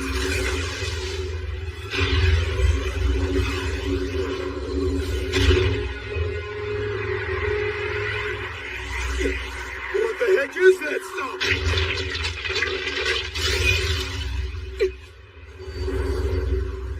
Sylphs! Beautiful maidens of wind, dancers in the gale! Show those ones foolish enough to fancy themselves better dancers a bitter taste of mine!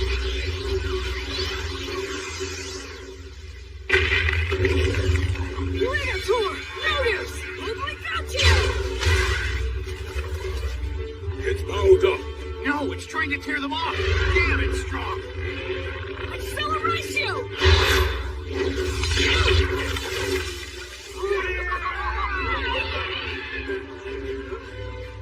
Unbelievable! That didn't finish it off. Run! It's gonna use its breath! There's still people back there. What do I do? What can I do? Go get him. Acceleratio! If you're stuck, use your muscles. Be violent.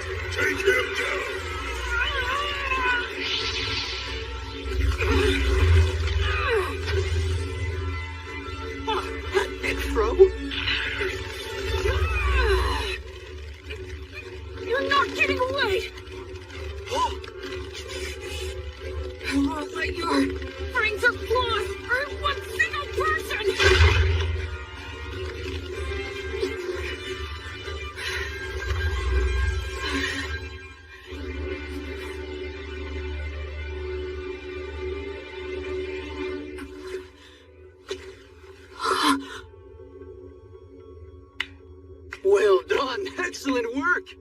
I praise you and give thanks to all the gods for allowing me to serve a great hero such as yourself. It's the birth of a new wyvern killer. A brand new hero. Sing his praises with your applause.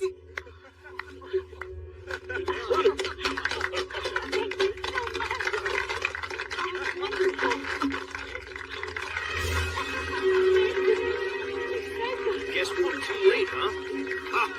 I had no idea so many magic users and a warrior strong enough to kill a wyvern were staying here. It is truly divine providence.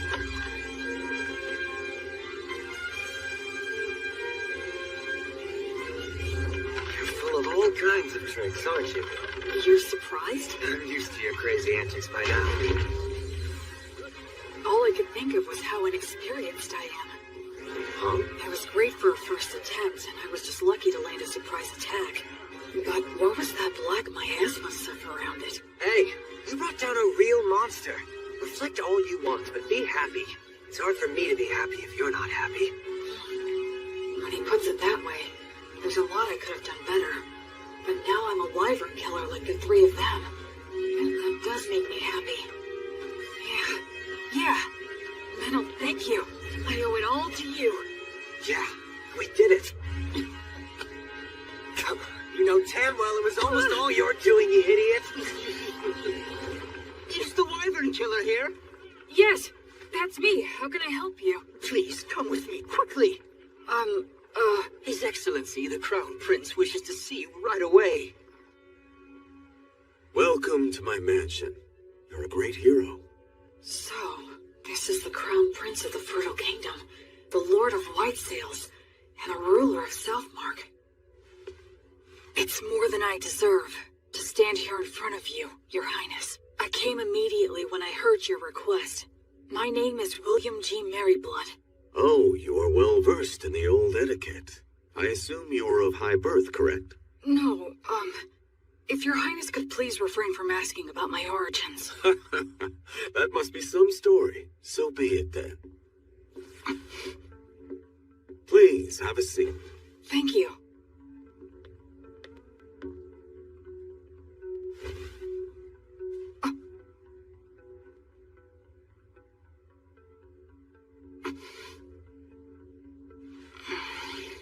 William, there are 4 or 5 individuals in your group, are there not? Yes, 4 of us. Which makes you a magic user, a priest, a fairy user, and a warrior. Well? Actually, we are a traveling priest, hunter, merchant, and a bard. One who shot lightning at the wyvern, one who made the light, one who dealt with the air, and one who broke its neck. That is 4. If that makes 4 people, it is indeed correct that we are 2 of them. What are you talking about? I can explain. My friend there, Minaldor, called the fairies, spread words, and manipulated the air currents to bring the wyvern down to the ground.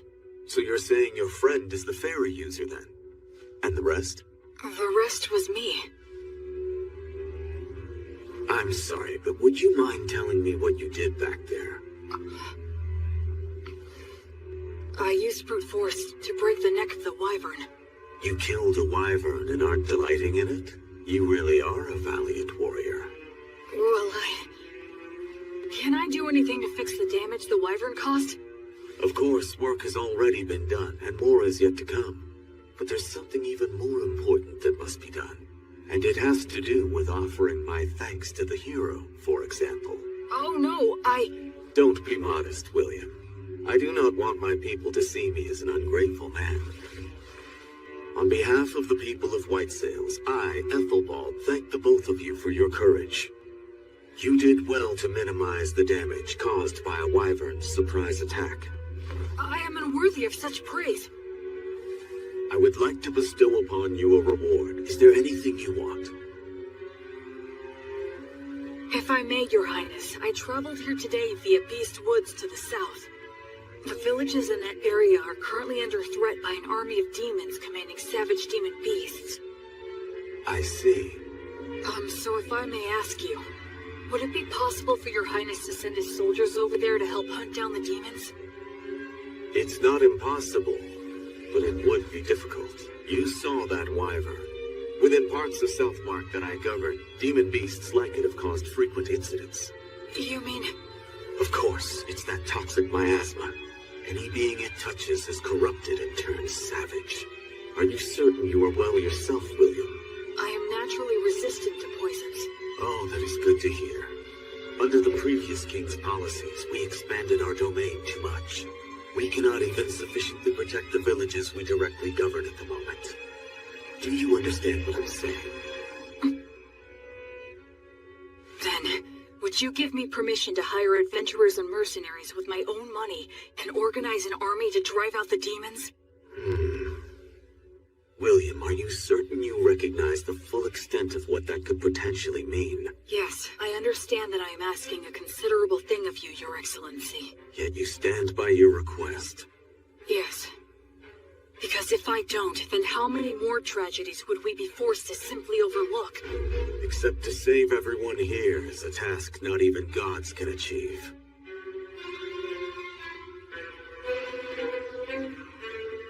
Honestly, if only you were some nameless man making this audacious request of me. You are right. But that being said, had I not killed the wyvern, I would never be speaking with your highness. That is also true.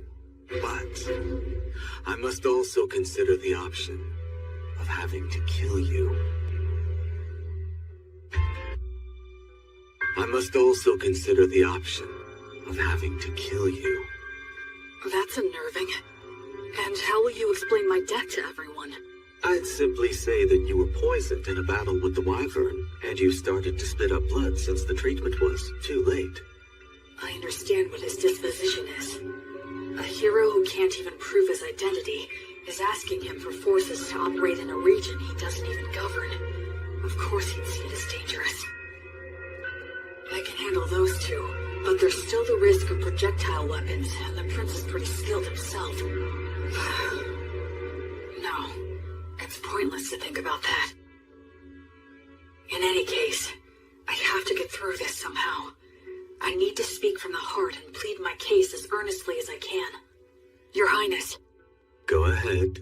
If all the saltiness were to disappear from the world, then what would give salt its distinctive salty flavoring?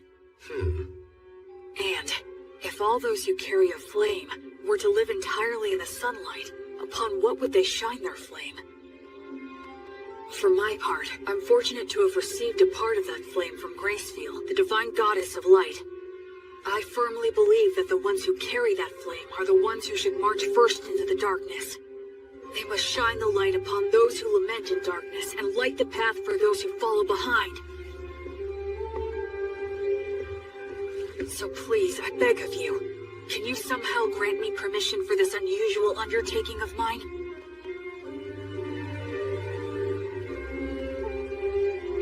Young William, this path will only lead to despair. It won't work, and even if it does, you will pay the price.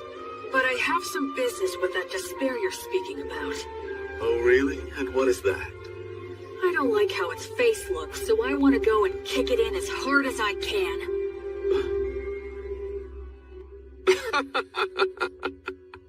Kick it in the face. I like that. Come to think of it, you are a high priest, aren't you?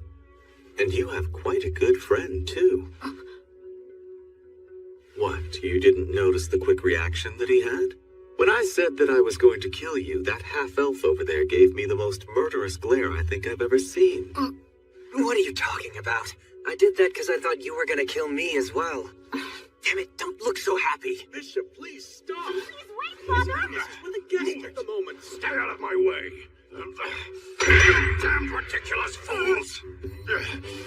Prince Ethelbald, please, I beseech thee, do not act irrationally. Who, me? Why, Bishop Bagley. I have no idea what you're talking about. Do not play dumb with me. This young man is registered with my temple. He is in the books. Though it may be temporary, he is a member of the temple. And you beckon him here without a word to me? Do you mean to disregard the temple's authority? Oh, I had no idea about that. Is this true? Yes, that's true. Claiming ignorance is not an acceptable excuse. You cannot forego the verification protocol simply because I was away. So you say, but the people from your temple seemed very happy to send him to me. A total lack of discipline. I will give them a stern talking to later. In any case, he must... The thing is, Bishop Bagley, he is not what you think he is. Huh? He came here and asked me to assemble a private army. He says he wants to save the poor people of Beastwoods. You... I would be lying if I said it never crossed my mind to kill him right here and now. But he's so frank in the way he expresses himself that somehow I started to find it amusing. Which is why I was just sitting here thinking of officially appointing him as a knight. Would your temple be willing to give him its blessing? You know, he would become a paladin. The temple and I can share the profits and responsibility. What do you say to that idea? Of course, naturally, he would fall under our joint authority. You could always have him excommunicated if need be. That's not even the issue we're talking about. The temple can attest to his character. And as the Wyvern Killer, he should have no problems with all the rest. This is proceeding too quickly. I'll return to the temple and think it over. Would that be all right? Yes. But it would make me truly happy to see this happen, Bishop Bagley. I have taken a liking to this young fellow. Assuming I do decide to become his patron, you can spare me your silly games. You novice boy, we're leaving now. Right.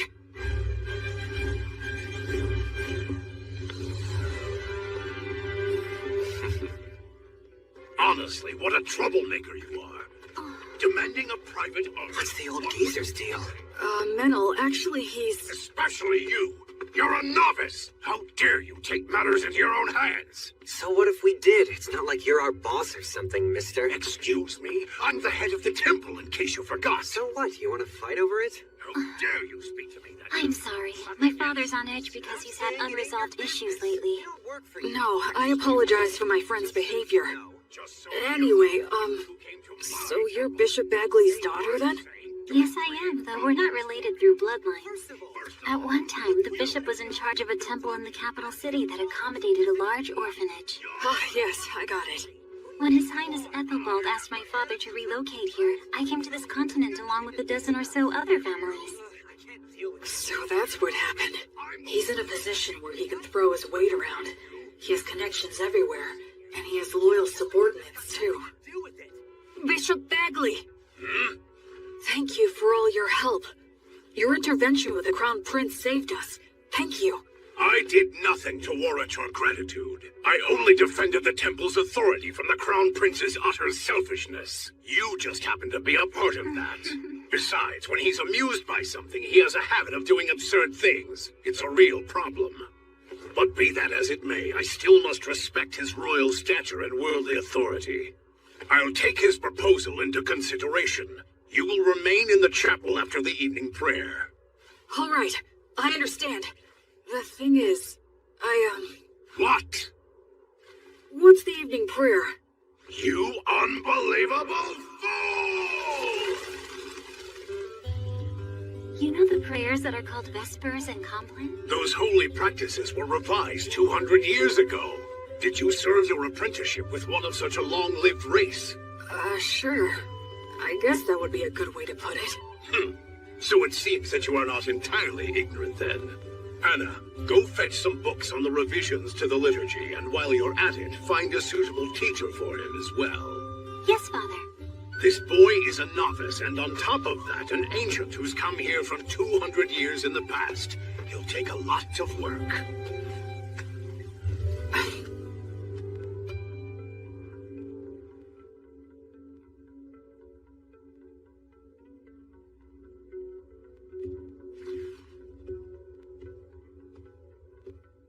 Greetings, Bishop. Wait here for a moment. Of course.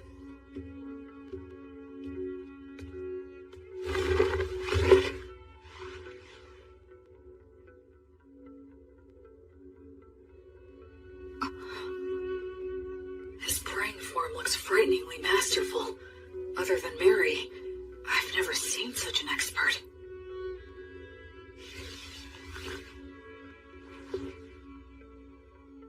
Now then. What is it? As head of the temple, you have earned a high level of divine protection, yes? Equal to my own. if not even higher. The people of the temple told me that you don't use the blessing, and when you pray, either you don't let anyone watch, or you don't apply yourself fully when others are present. Why is that? Ha! Foolish novice.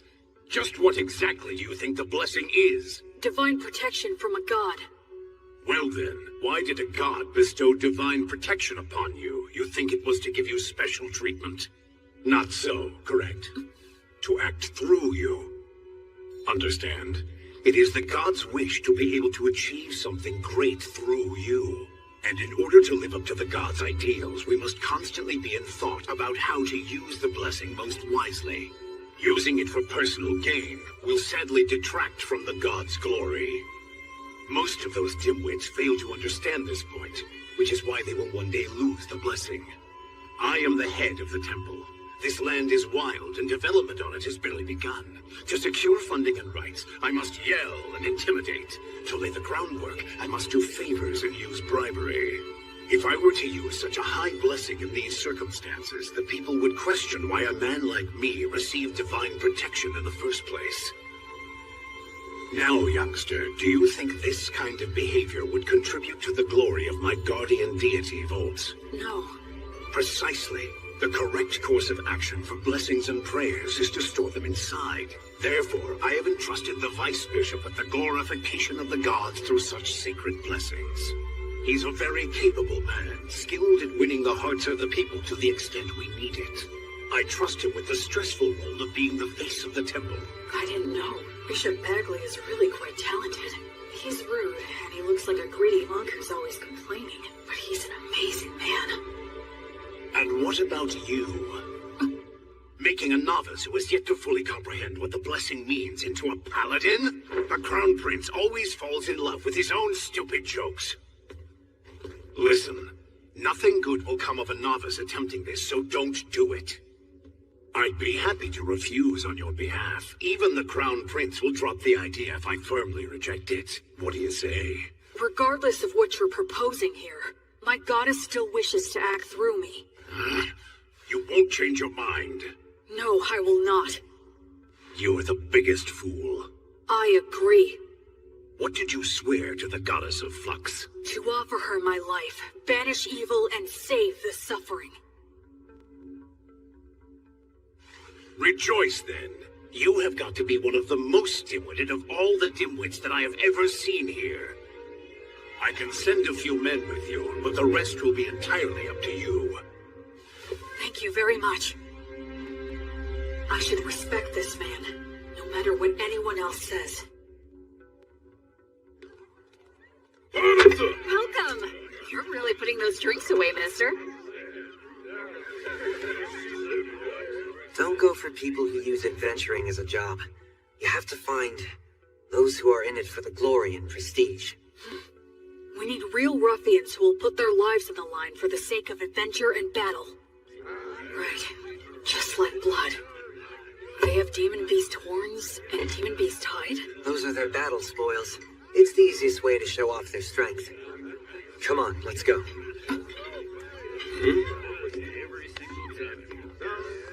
A red-headed boy with a friend who looks to be half-elf?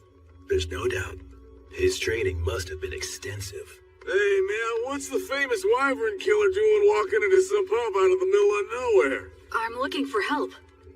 Exploring Beast Woods? Low pay, your reward is glory and praise, and there's no guarantee you'll survive. We're doing this for a living, you know? We're not taking this quest, right, guys? Yeah, man, don't be so stingy. Shut up, you blowhards.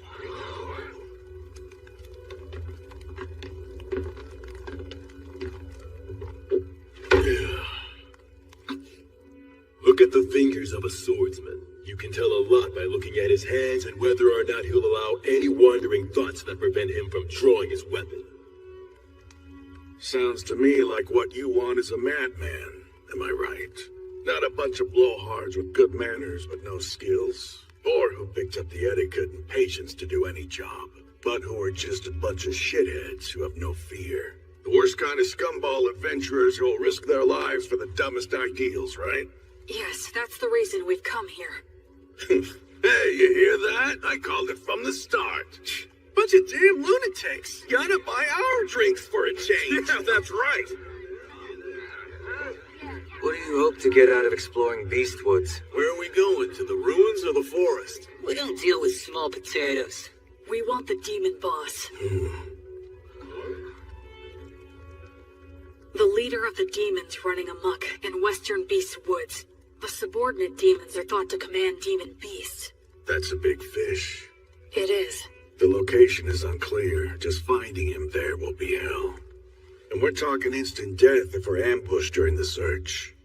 That is highly likely. In other words, this is gonna be a nice, fun, stupid little jaunt into the woods.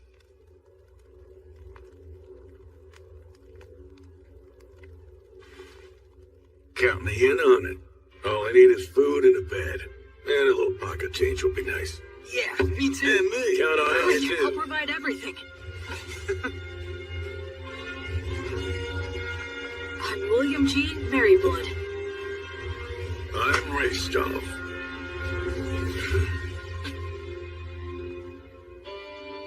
Whence cometh this disciple? To the lost goddess of flux. She who is the brilliant goddess of light? This disciple... It's almost time for the ceremony. I heard they wanted to make this a happy event to give people work who lost their homes and jobs in the Wyvern attack. But... Now know the name of the new hero who has appeared in the city of White Sails! That should just about do it. B, could you please not write an epic about my story right in front of me? What? Why shouldn't I? Well, you actually did do all that, so what were you expecting? You're gonna love it because I'm gonna create something grand! I'm afraid to say that this many cows and horses will indeed come at a hefty price. Oh yeah, speaking of which, can you please negotiate a deal for us to get all of the sick and injured ones at a lower price? Huh? Don't worry, I plan to heal all of them. Oh, that makes sense. Also, I was thinking that it would be a big help if you could start a trade movement between Beast Woods and the city of White Sails. Yes. How much do you need me to give you to fund that? Well, why don't the two of us sit down and have a serious business chat? Let's see here. Easy on me, please.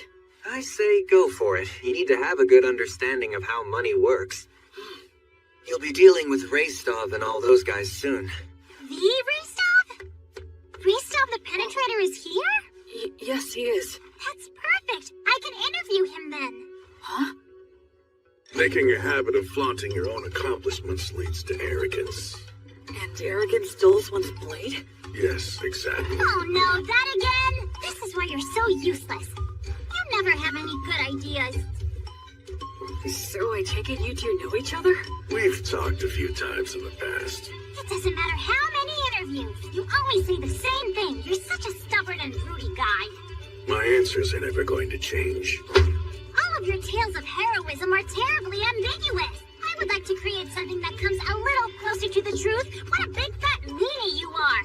Isn't reputation important to an adventurer? Whether it's making a living or getting ahead in life. As long as you've got skills, those things come naturally. But surely you realize that even people with skills can be utterly ruined by a bad reputation. Even the greatest warriors can never tell what their downfall is gonna be.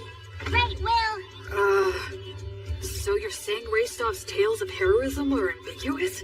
That is exactly right. This guy will accept the job to take down a huge threat, and he'll just wander off and kill it with one fatal stab, and then he'll saunter right back. He rarely works with anyone else, and he works so fast, there's no one who can actually say what happened. And the guy never says no to any job. So the stories get more elaborate? Yep. I try to interview people, but they just fill in the gaps to their own liking. I put in a few things here and there for dramatic effect, but I like to add more truth to my tales. No need there. See what I'm saying? If only I had a little more to work with. For heaven's sake. Hey, I know! How about the Penetrator versus the Paladins? Huh? That sort of came out of nowhere. You're putting Raystov on the spot too, right? If I receive a challenge from a strong opponent, I have no choice. But Raystov! Alright, you heard what he said. Well, I guess maybe when we're done at Beastwoods. Yes! You promised! This is so great! I'll make this into a song that'll be sung for centuries. Marnia, until the end of time! Woohoo!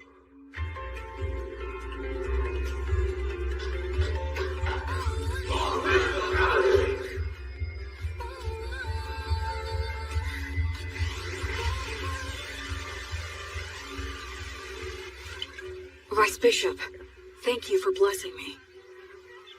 Please think nothing of it. It was an honor to receive such an important duty from the bishop. Ordinarily, of course, this would be his job, but... I asked him, but he said he finds it bothersome to show people his pious side. It's too bad. I agree, for a man of his caliber to be so unknown to the public. So this is where you've been hiding. Oh? We're having a few grappling matches over there. Come on and join us for a round. Okay. Come with us, Middle. No way, man. Hey, it's the paladin's servant. Huh? He's not my servant. He's my friend. I'm not your friend. Huh? Well, we're making a fortune now, and guess what? It's all thanks to your song. Goddess of Light, are you watching? I'm getting by somehow, and I'll continue to. And that's how I became the faraway paladin.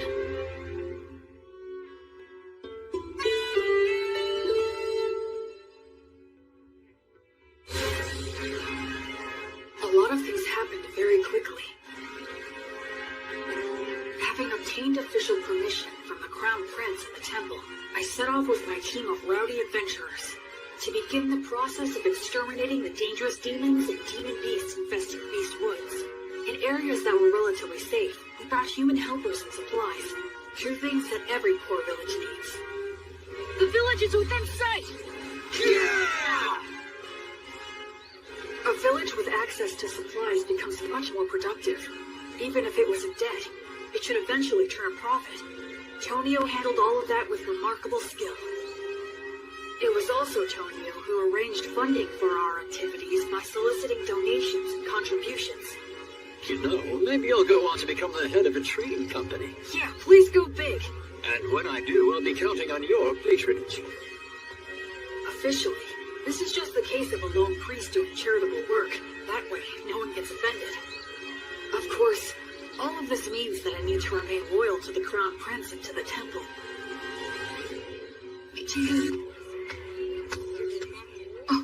Oh, Will. I see that you've come back now. I appreciate the work all of you have done here.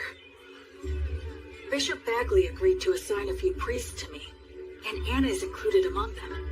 They're all experienced and are able to use the blessing. They're also capable of leading ceremonies such as festivals and funerals. I'm pretty sure that Raystof's party ought to be returning soon as well. Whenever we received reports about demons or demon beasts appearing, Raystov and the other adventurers would head out in a hunting party to pursue them. Incredible! They were all killed with a single fatal blow.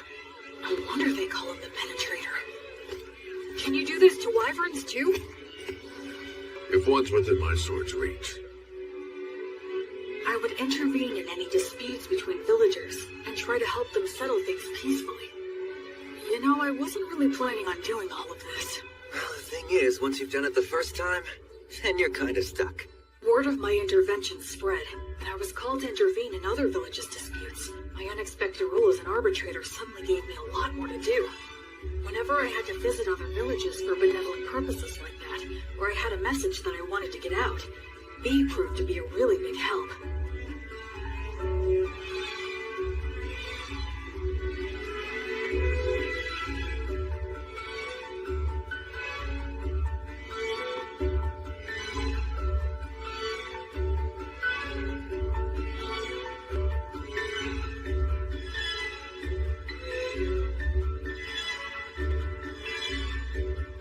So, we traveled back and forth across Beast Woods time and time again.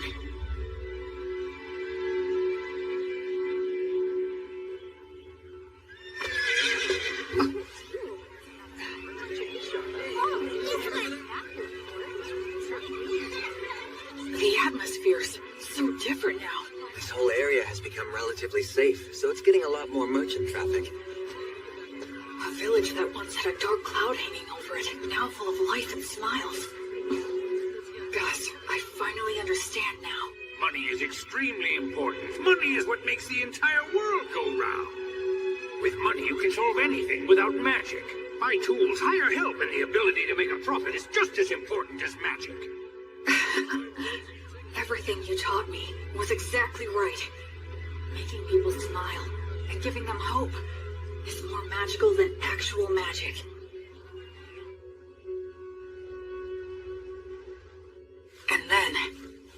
just as we were noticing the first signs of summer approaching. Hey, Will. What is it? Pip's party went west to do some recon, and they haven't come back yet. So how long? They were planning to spend no more than 10 days investigating, but it's 2 days past that. Pip and his party. They're very talented hunters. All right then. We'll go and search for them. You, Menel, and I are definitely going to go. And do you think you could put together 2 parties? They need to excel in forest exploration skills. I'll gather them right away. There's a chance they didn't get lost, but instead wound up in the demon's base. And if that's the case, there will be a battle.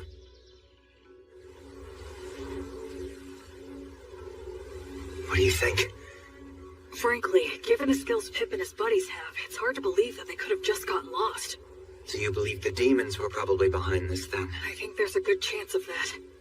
If we beat them, things should settle down here too. I just hope that they're all right. Hey, Will. Huh? I should say thank you. Oh, for what? For a whole lot of things. I just have a feeling that I would have hit rock bottom if it hadn't been for you. It's thanks to you that I'm here now and that I actually have a respectable reason for living my life. So, well, I owe you my thanks. Oh no, I should thank you. I knew nothing of the world and you saved me. But you know... What is it? You could look at me when you say it. Shut up.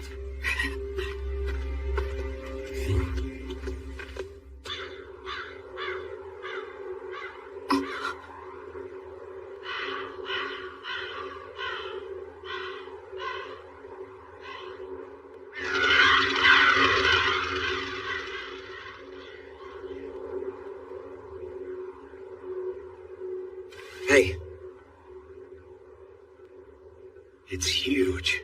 So what made this? I don't know. It looks even bigger than a manticore. Maybe a stray living in the valley. Or, Well, at least they died fighting a big one. Pip, Harvey, and Brennan must have been pretty happy about that. Although I guess they had a good reason to be pissed off, too. Yeah, like we didn't get to kill it. They died a good death, worthy of adventurers. Go on, drink up. Virtuous gods, please grant rest to their weary souls. Graceful goddess of light, I beg you, please, grant them peace and guidance. Will, there's a head missing. The damage is so bad it's hard to tell, but it was probably just eaten up. Yeah, I'd bet on it. No, wait. Did he toss aside his gear as he ran? Why go deeper into the valley, though? If the path to the forest was blocked, that's the only way. He had no choice but to run deeper down. Yeah, I guess that's true.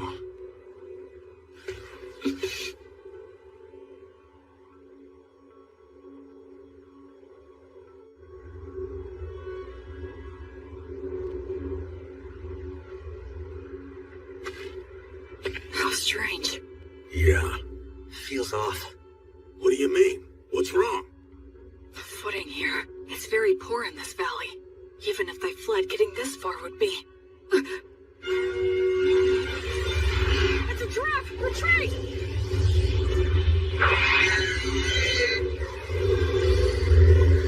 Fall back! No use! Coming toward us! Stay calm! Keep your backs to the rocks! Don't panic! Form a shield wall! We have to get past them. It'll be fine. We should be able to handle these guys. Hey, Metal! Yeah, what? I'll help us with magic of the blessing! Goddess of flux, repel the poisons that rain down upon us. Fortis, Vita, Ut, Omnis. Thank you. Gnomes, oh gnomes, guardians of treasure, guard us against our foes. Sylphs, maidens of the winds, send a gale of protection for these warriors. Nice. Alright. These beasts may think they've trapped us, but now let's show them which one of us is truly the prey that's going to be hunted down.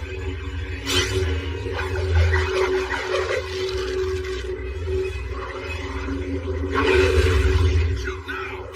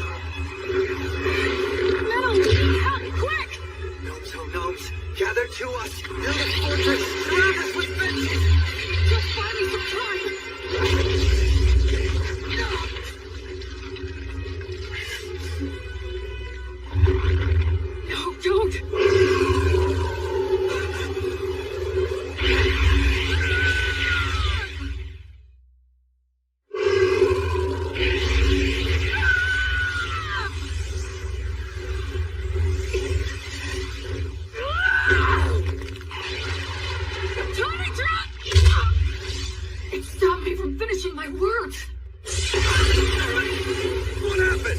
This fire! Why? Everything was going so well up till now. And yet, where did I... What did I do wrong?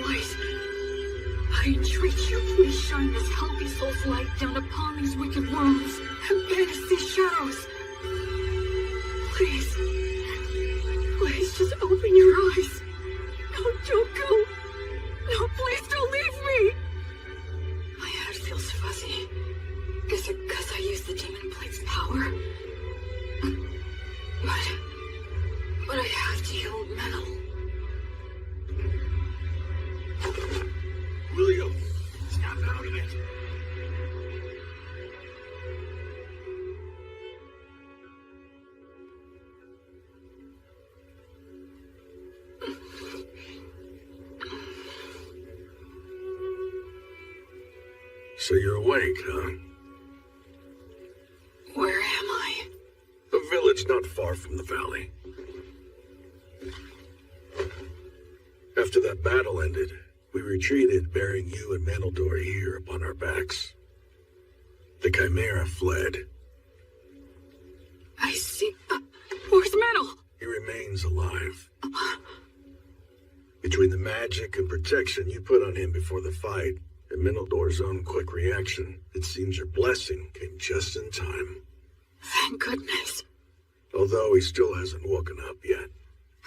Then I have to go to him. You still need to rest a bit longer. But if I... Manaldor's condition is stable now. He's already had all the care that he needs. You burned up far too much of your strength. So rest.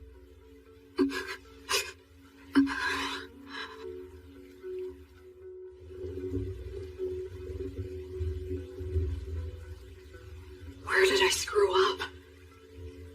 When I left Manal to handle the Chimera? No. Given the circumstances, I had no other choice. So when was it? Was it just getting caught in that trap in the first place?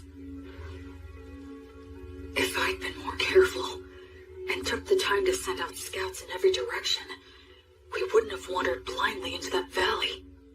We had plenty of people at our disposal. Up until that point, we'd been successful. And we were rattled by finding some of our men dead. Maybe all of that led to a simple lack of caution.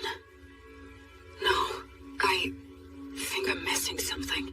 Some kind of fatal flaw. So they retreated, huh? Really? The wyvern killer and the penetrator? I heard they ran into some absurdly huge mixed-up demon beast called a Chimera. Wonder what they're gonna do? Also, that elf mix was hurt bad, wasn't he? Yeah, he's really got it rough. When you're stuck with a monster like the Wyvern Killer, no amount of blood is ever gonna be enough. Yeah. A monster? Yeah. Yes, I am.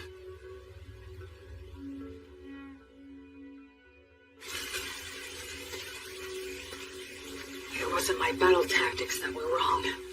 It was my estimation of our strength. I put my trust in Menel. I just believed that he'd always have my back.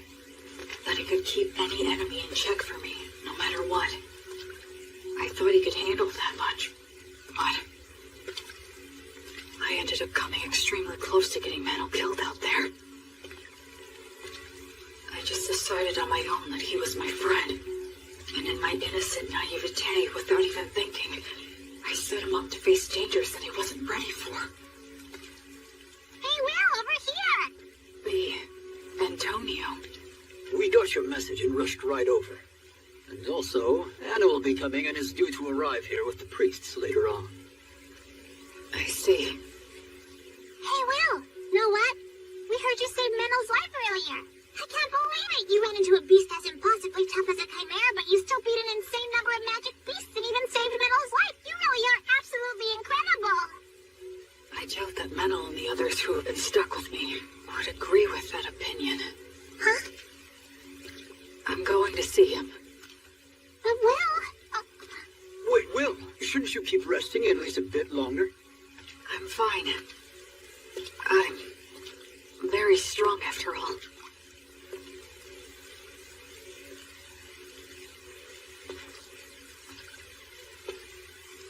Ever since I left the City of the Dead, people have said things like that to me, touting my strength in no uncertain terms. But every time I've just laughed wryly and shrugged it off. I believe that subconsciously, I was trying not to think about it.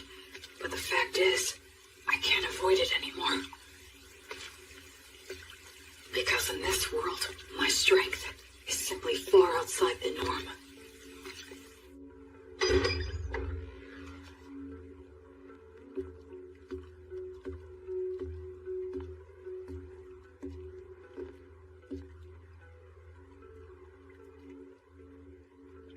This is my sin.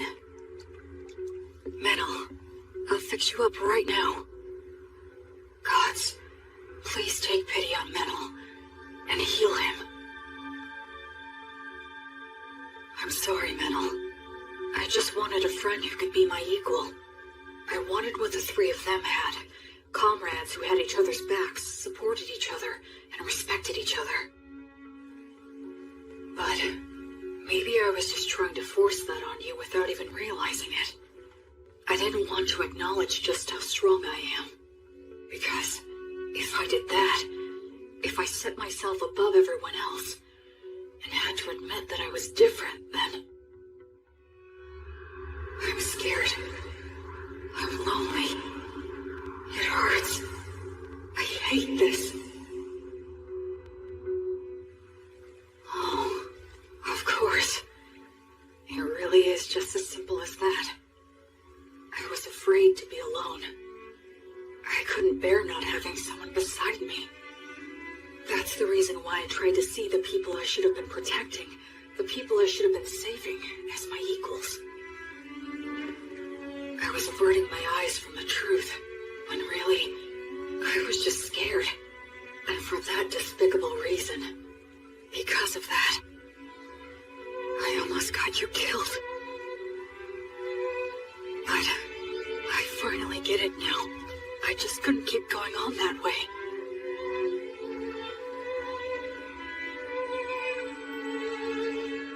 Oh, Goddess, are you here because you're worried about me?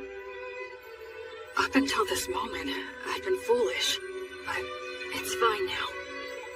Please, you can rest at ease. I'll put an end to your sadness right away. I'll save everything within my reach, as your sword and as your hand. Everything will be all right. Goddess, I vow to you, I'll solve all this on my own.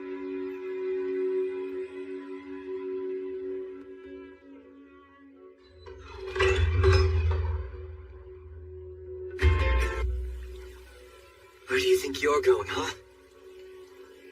Where am I? To kill the demon beasts, of course. Alone? Yeah, that's right. I doubt you can keep up with me. Which is exactly why I need to protect him. Look, don't worry. It's okay. I'll take care of everything. I'll kill the Chimera and the whole herd of demon beasts. And if there are demons controlling them, I'll kill them too. You see, that's just the kind of monster I am, apparently. Look, Will. Stop screwing around! Wake the hell up, idiot! Oh, so this is how it's gonna have to be, huh? Is that all you've got, Metal Door?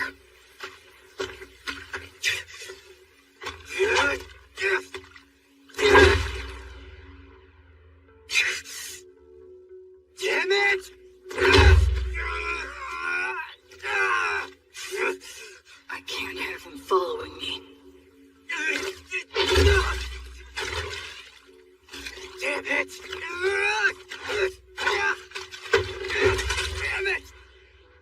Damn it! Damn it! I guess I could just break one of his arms.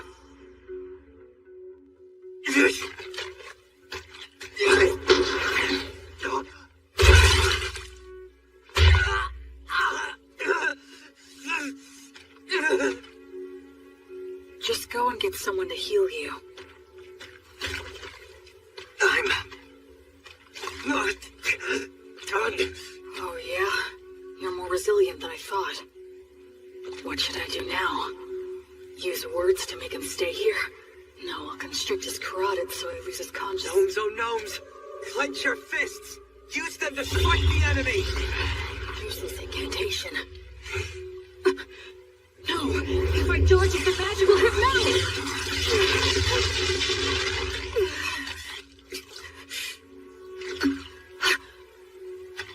What's this crap about fixing everything alone? You're only being a coward!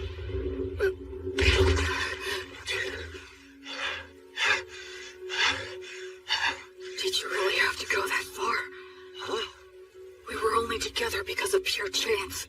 There was no reason for you to do that. Yeah, that is true. I have no reason at all to go out of my way to stop an emotionally unstable coward who's completely lost it just because he got his ass handed to him one time. So then... Still, you're my friend. And friends stick together. If my friend goes nuts, I want to do something to help. Menno. You don't know much about your own origins, and you're clueless about the world overall. At times I've thought you seemed suspicious. But still, you're a nice person. I know you're trying to do things right and do your best. After all, you did save my life, and you saved that whole village. We traveled together, and we fought together too. I enjoyed spending time by your side. I'm grateful to you from the bottom of my heart for sending off those villagers. Look, Will, the fact is you're my friend, and I don't abandon friends.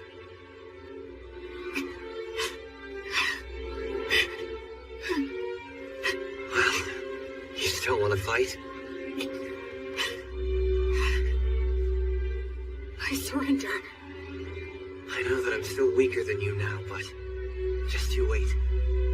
I'll catch up before you know it. Menno. And soon enough, I'm going to prove that you are no monster.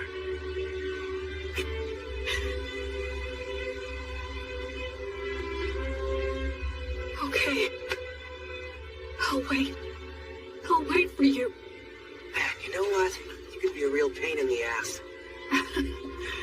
Sorry. I kind of lost control of myself. Yeah, well, it happens. I'll heal that. But a surrender is still a surrender, which means that I win. Come on, I only surrendered because you wouldn't give her rest. Keep whining. And so, we just kept on making dumb jokes and laughing about it all. What? You want me to break your arm? It was my first ever argument with a friend. And I guess I lost that too. Welcome back! Oh, you're back, huh? Will Metal! Good to have you back. You jerks! You had me worried! I'm sorry, B. Will. Huh? If you don't mind, do you think that you could please tell me just what happened? Sure.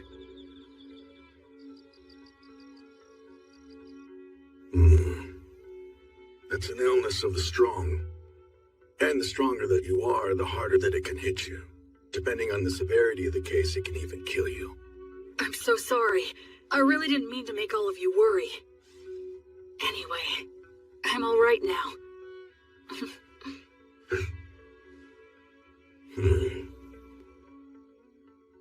You two were stuck in bed not long ago, and you were off slugging it out? We even set a trap for a surprise attack. That Chimera's got no chance. I've got a debt to repay to that bastard. I won't be shown up like that. You mean you're gonna go fight that thing again? That's right. We're gonna have a little rematch. I won't get beat up and just leave it at that. I'll split its head open. I mean all three of them. Chimeras don't occur naturally, so there's no doubt that this thing is the product of a demonic ritual. I say we take them all out at once before they can escape. You want to go after it this soon after it roughed us up? I won't just give up and leave it like this. Let's bust them up good. All right. Guess we should round up some help, huh? This'll be a good, fun, stupid as hell adventure. A silver coin for a demon beast's head. And 10 gold coins for the demon bosses!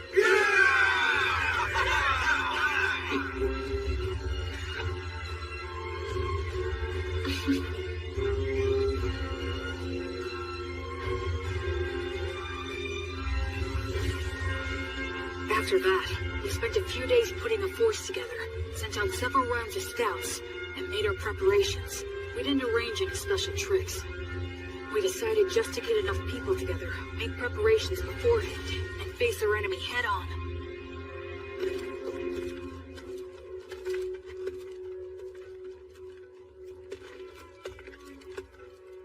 Let's set up our formation and our gear here. And all of you other priests, please support us from here. Yes, sir!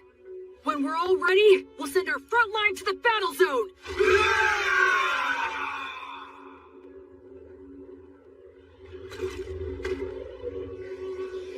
If we can wipe out all of those things, this whole area is going to be a lot more peaceful. Yeah, let's do that. Huh? Sometimes you propose the wildest things so casually. Here they come.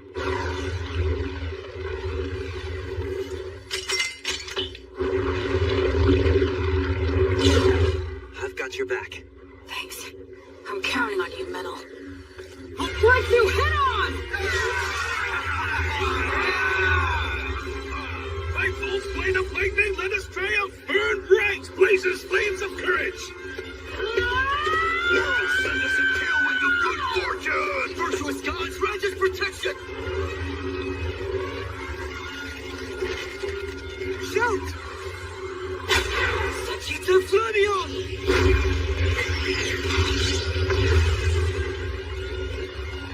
It's war. Ready! Oh, goddess of flux! Repel the poisons that rain down upon us! Let's go, Fortress Meta!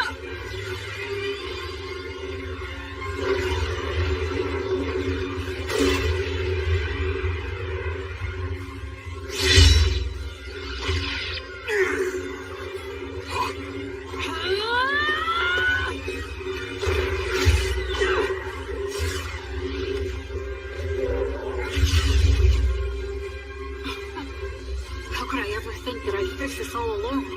I was never any more than one factor in this battle. The battlefield's not so easy that only one person is enough, no matter how strong they are.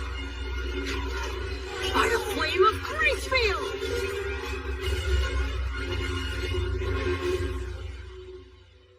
According to the reports, the campaign to eliminate the demon beasts should have started by now.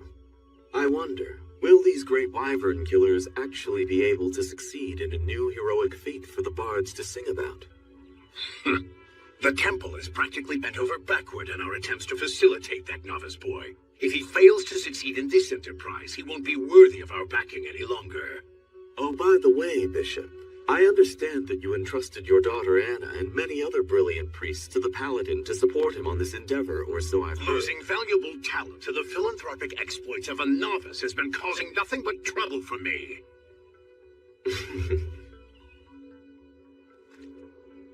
What's this? The remains of an abandoned monastery? It looks like we're the first ones to make it here. Be careful. Watch for traps.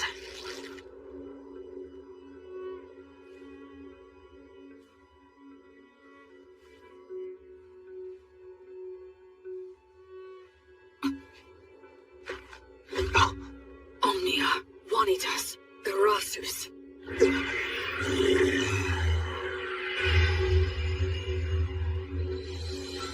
Hi there. He was laying an ambush with invisibility? Careful, Will. This thing's pretty damn smart. Do you think that maybe it's got some demon in it? You're after the High King? Oh, you know the High King sealed you. Are you a warrior sent by one of the gods then? That answer, I'm certain now. Basically, this is like taking a square on a chessboard. The city of the dead, where the High King was sealed, isn't yet under control by either side. If the demons manage to take control, they'll undo the seal, and disaster will ravage the continent again. But if mankind takes control, the seal will likely become even stronger. The demons are in a position where they need to keep Beast Woods permanently devastated, and keep it in a state of chaos, destitution, and lawlessness. That's why they're commanding demon beasts to attack villages and keep the pressure on. They can't let mankind advance any farther south. They can't let people head in that direction. They can't let them think that there's hope in the south. If you consider the existence of their king, it's incredibly easy to figure out what their objective is. In the name of the goddess of flux, I will destroy all of you. Oh yeah, but wait. There seems to be some sort of mistake or perhaps a misunderstanding. A misunderstanding, huh? That's right. That's the truth.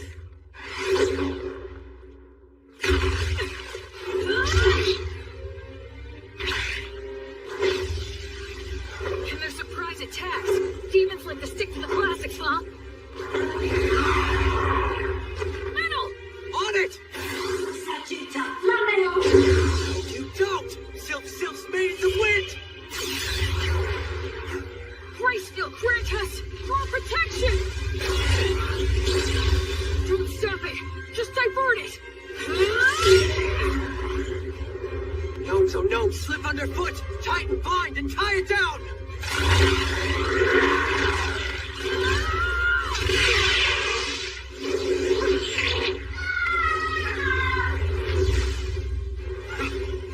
It has 3 separate heads.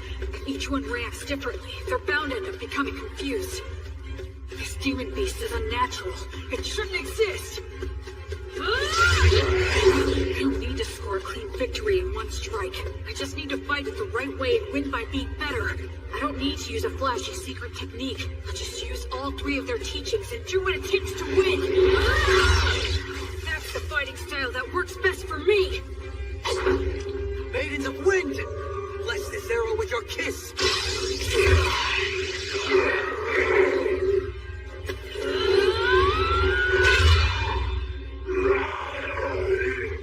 That's one down!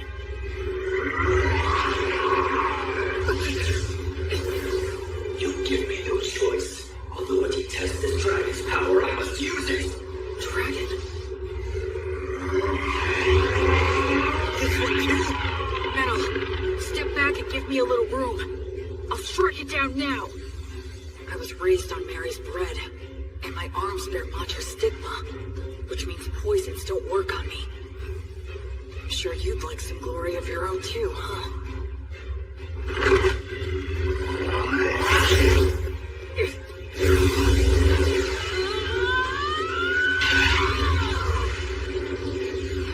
Gnomes, oh gnomes, clench your fists! Use them to strike the enemy!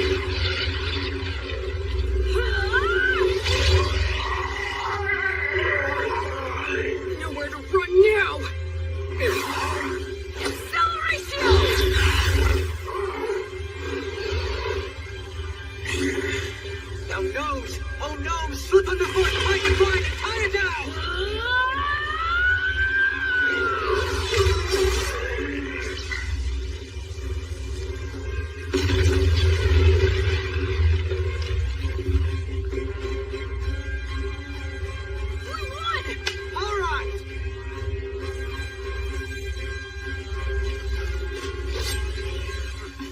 On to the next one. Yep.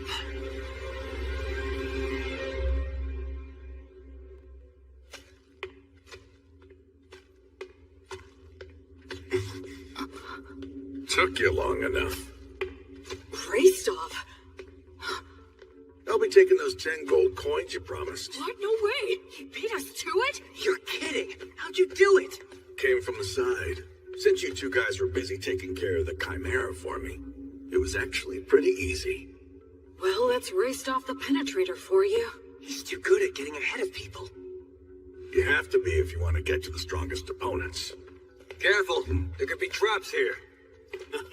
I guess we're the first ones here. Those 10 gold coins are ours. Huh?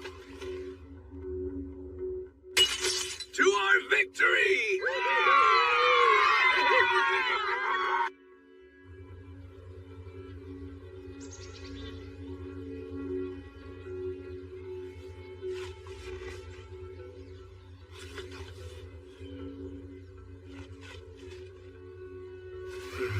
You're awfully cheery about a little sack of papers, Will. You could tell, huh? Yeah, you're grinning and caressing that paper the same way that someone might touch a woman's body. Is that the stuff those craftsmen gave you? They said they were the best of the trial sheets they made. You really are happy, huh? Well, the way I see it, these are the future of this town.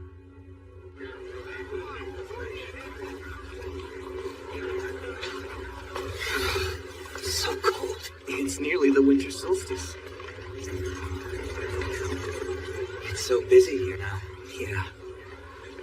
2 years ago, I left the city of the dead and followed the river north until I found a deserted, half-sunken city. Now, 2 years after rebuilding began, people have given this place the name Torchport, the Port of Light. Hey, Will, what did you mean when you said that paper was this town's future? We have to do more than cut down the local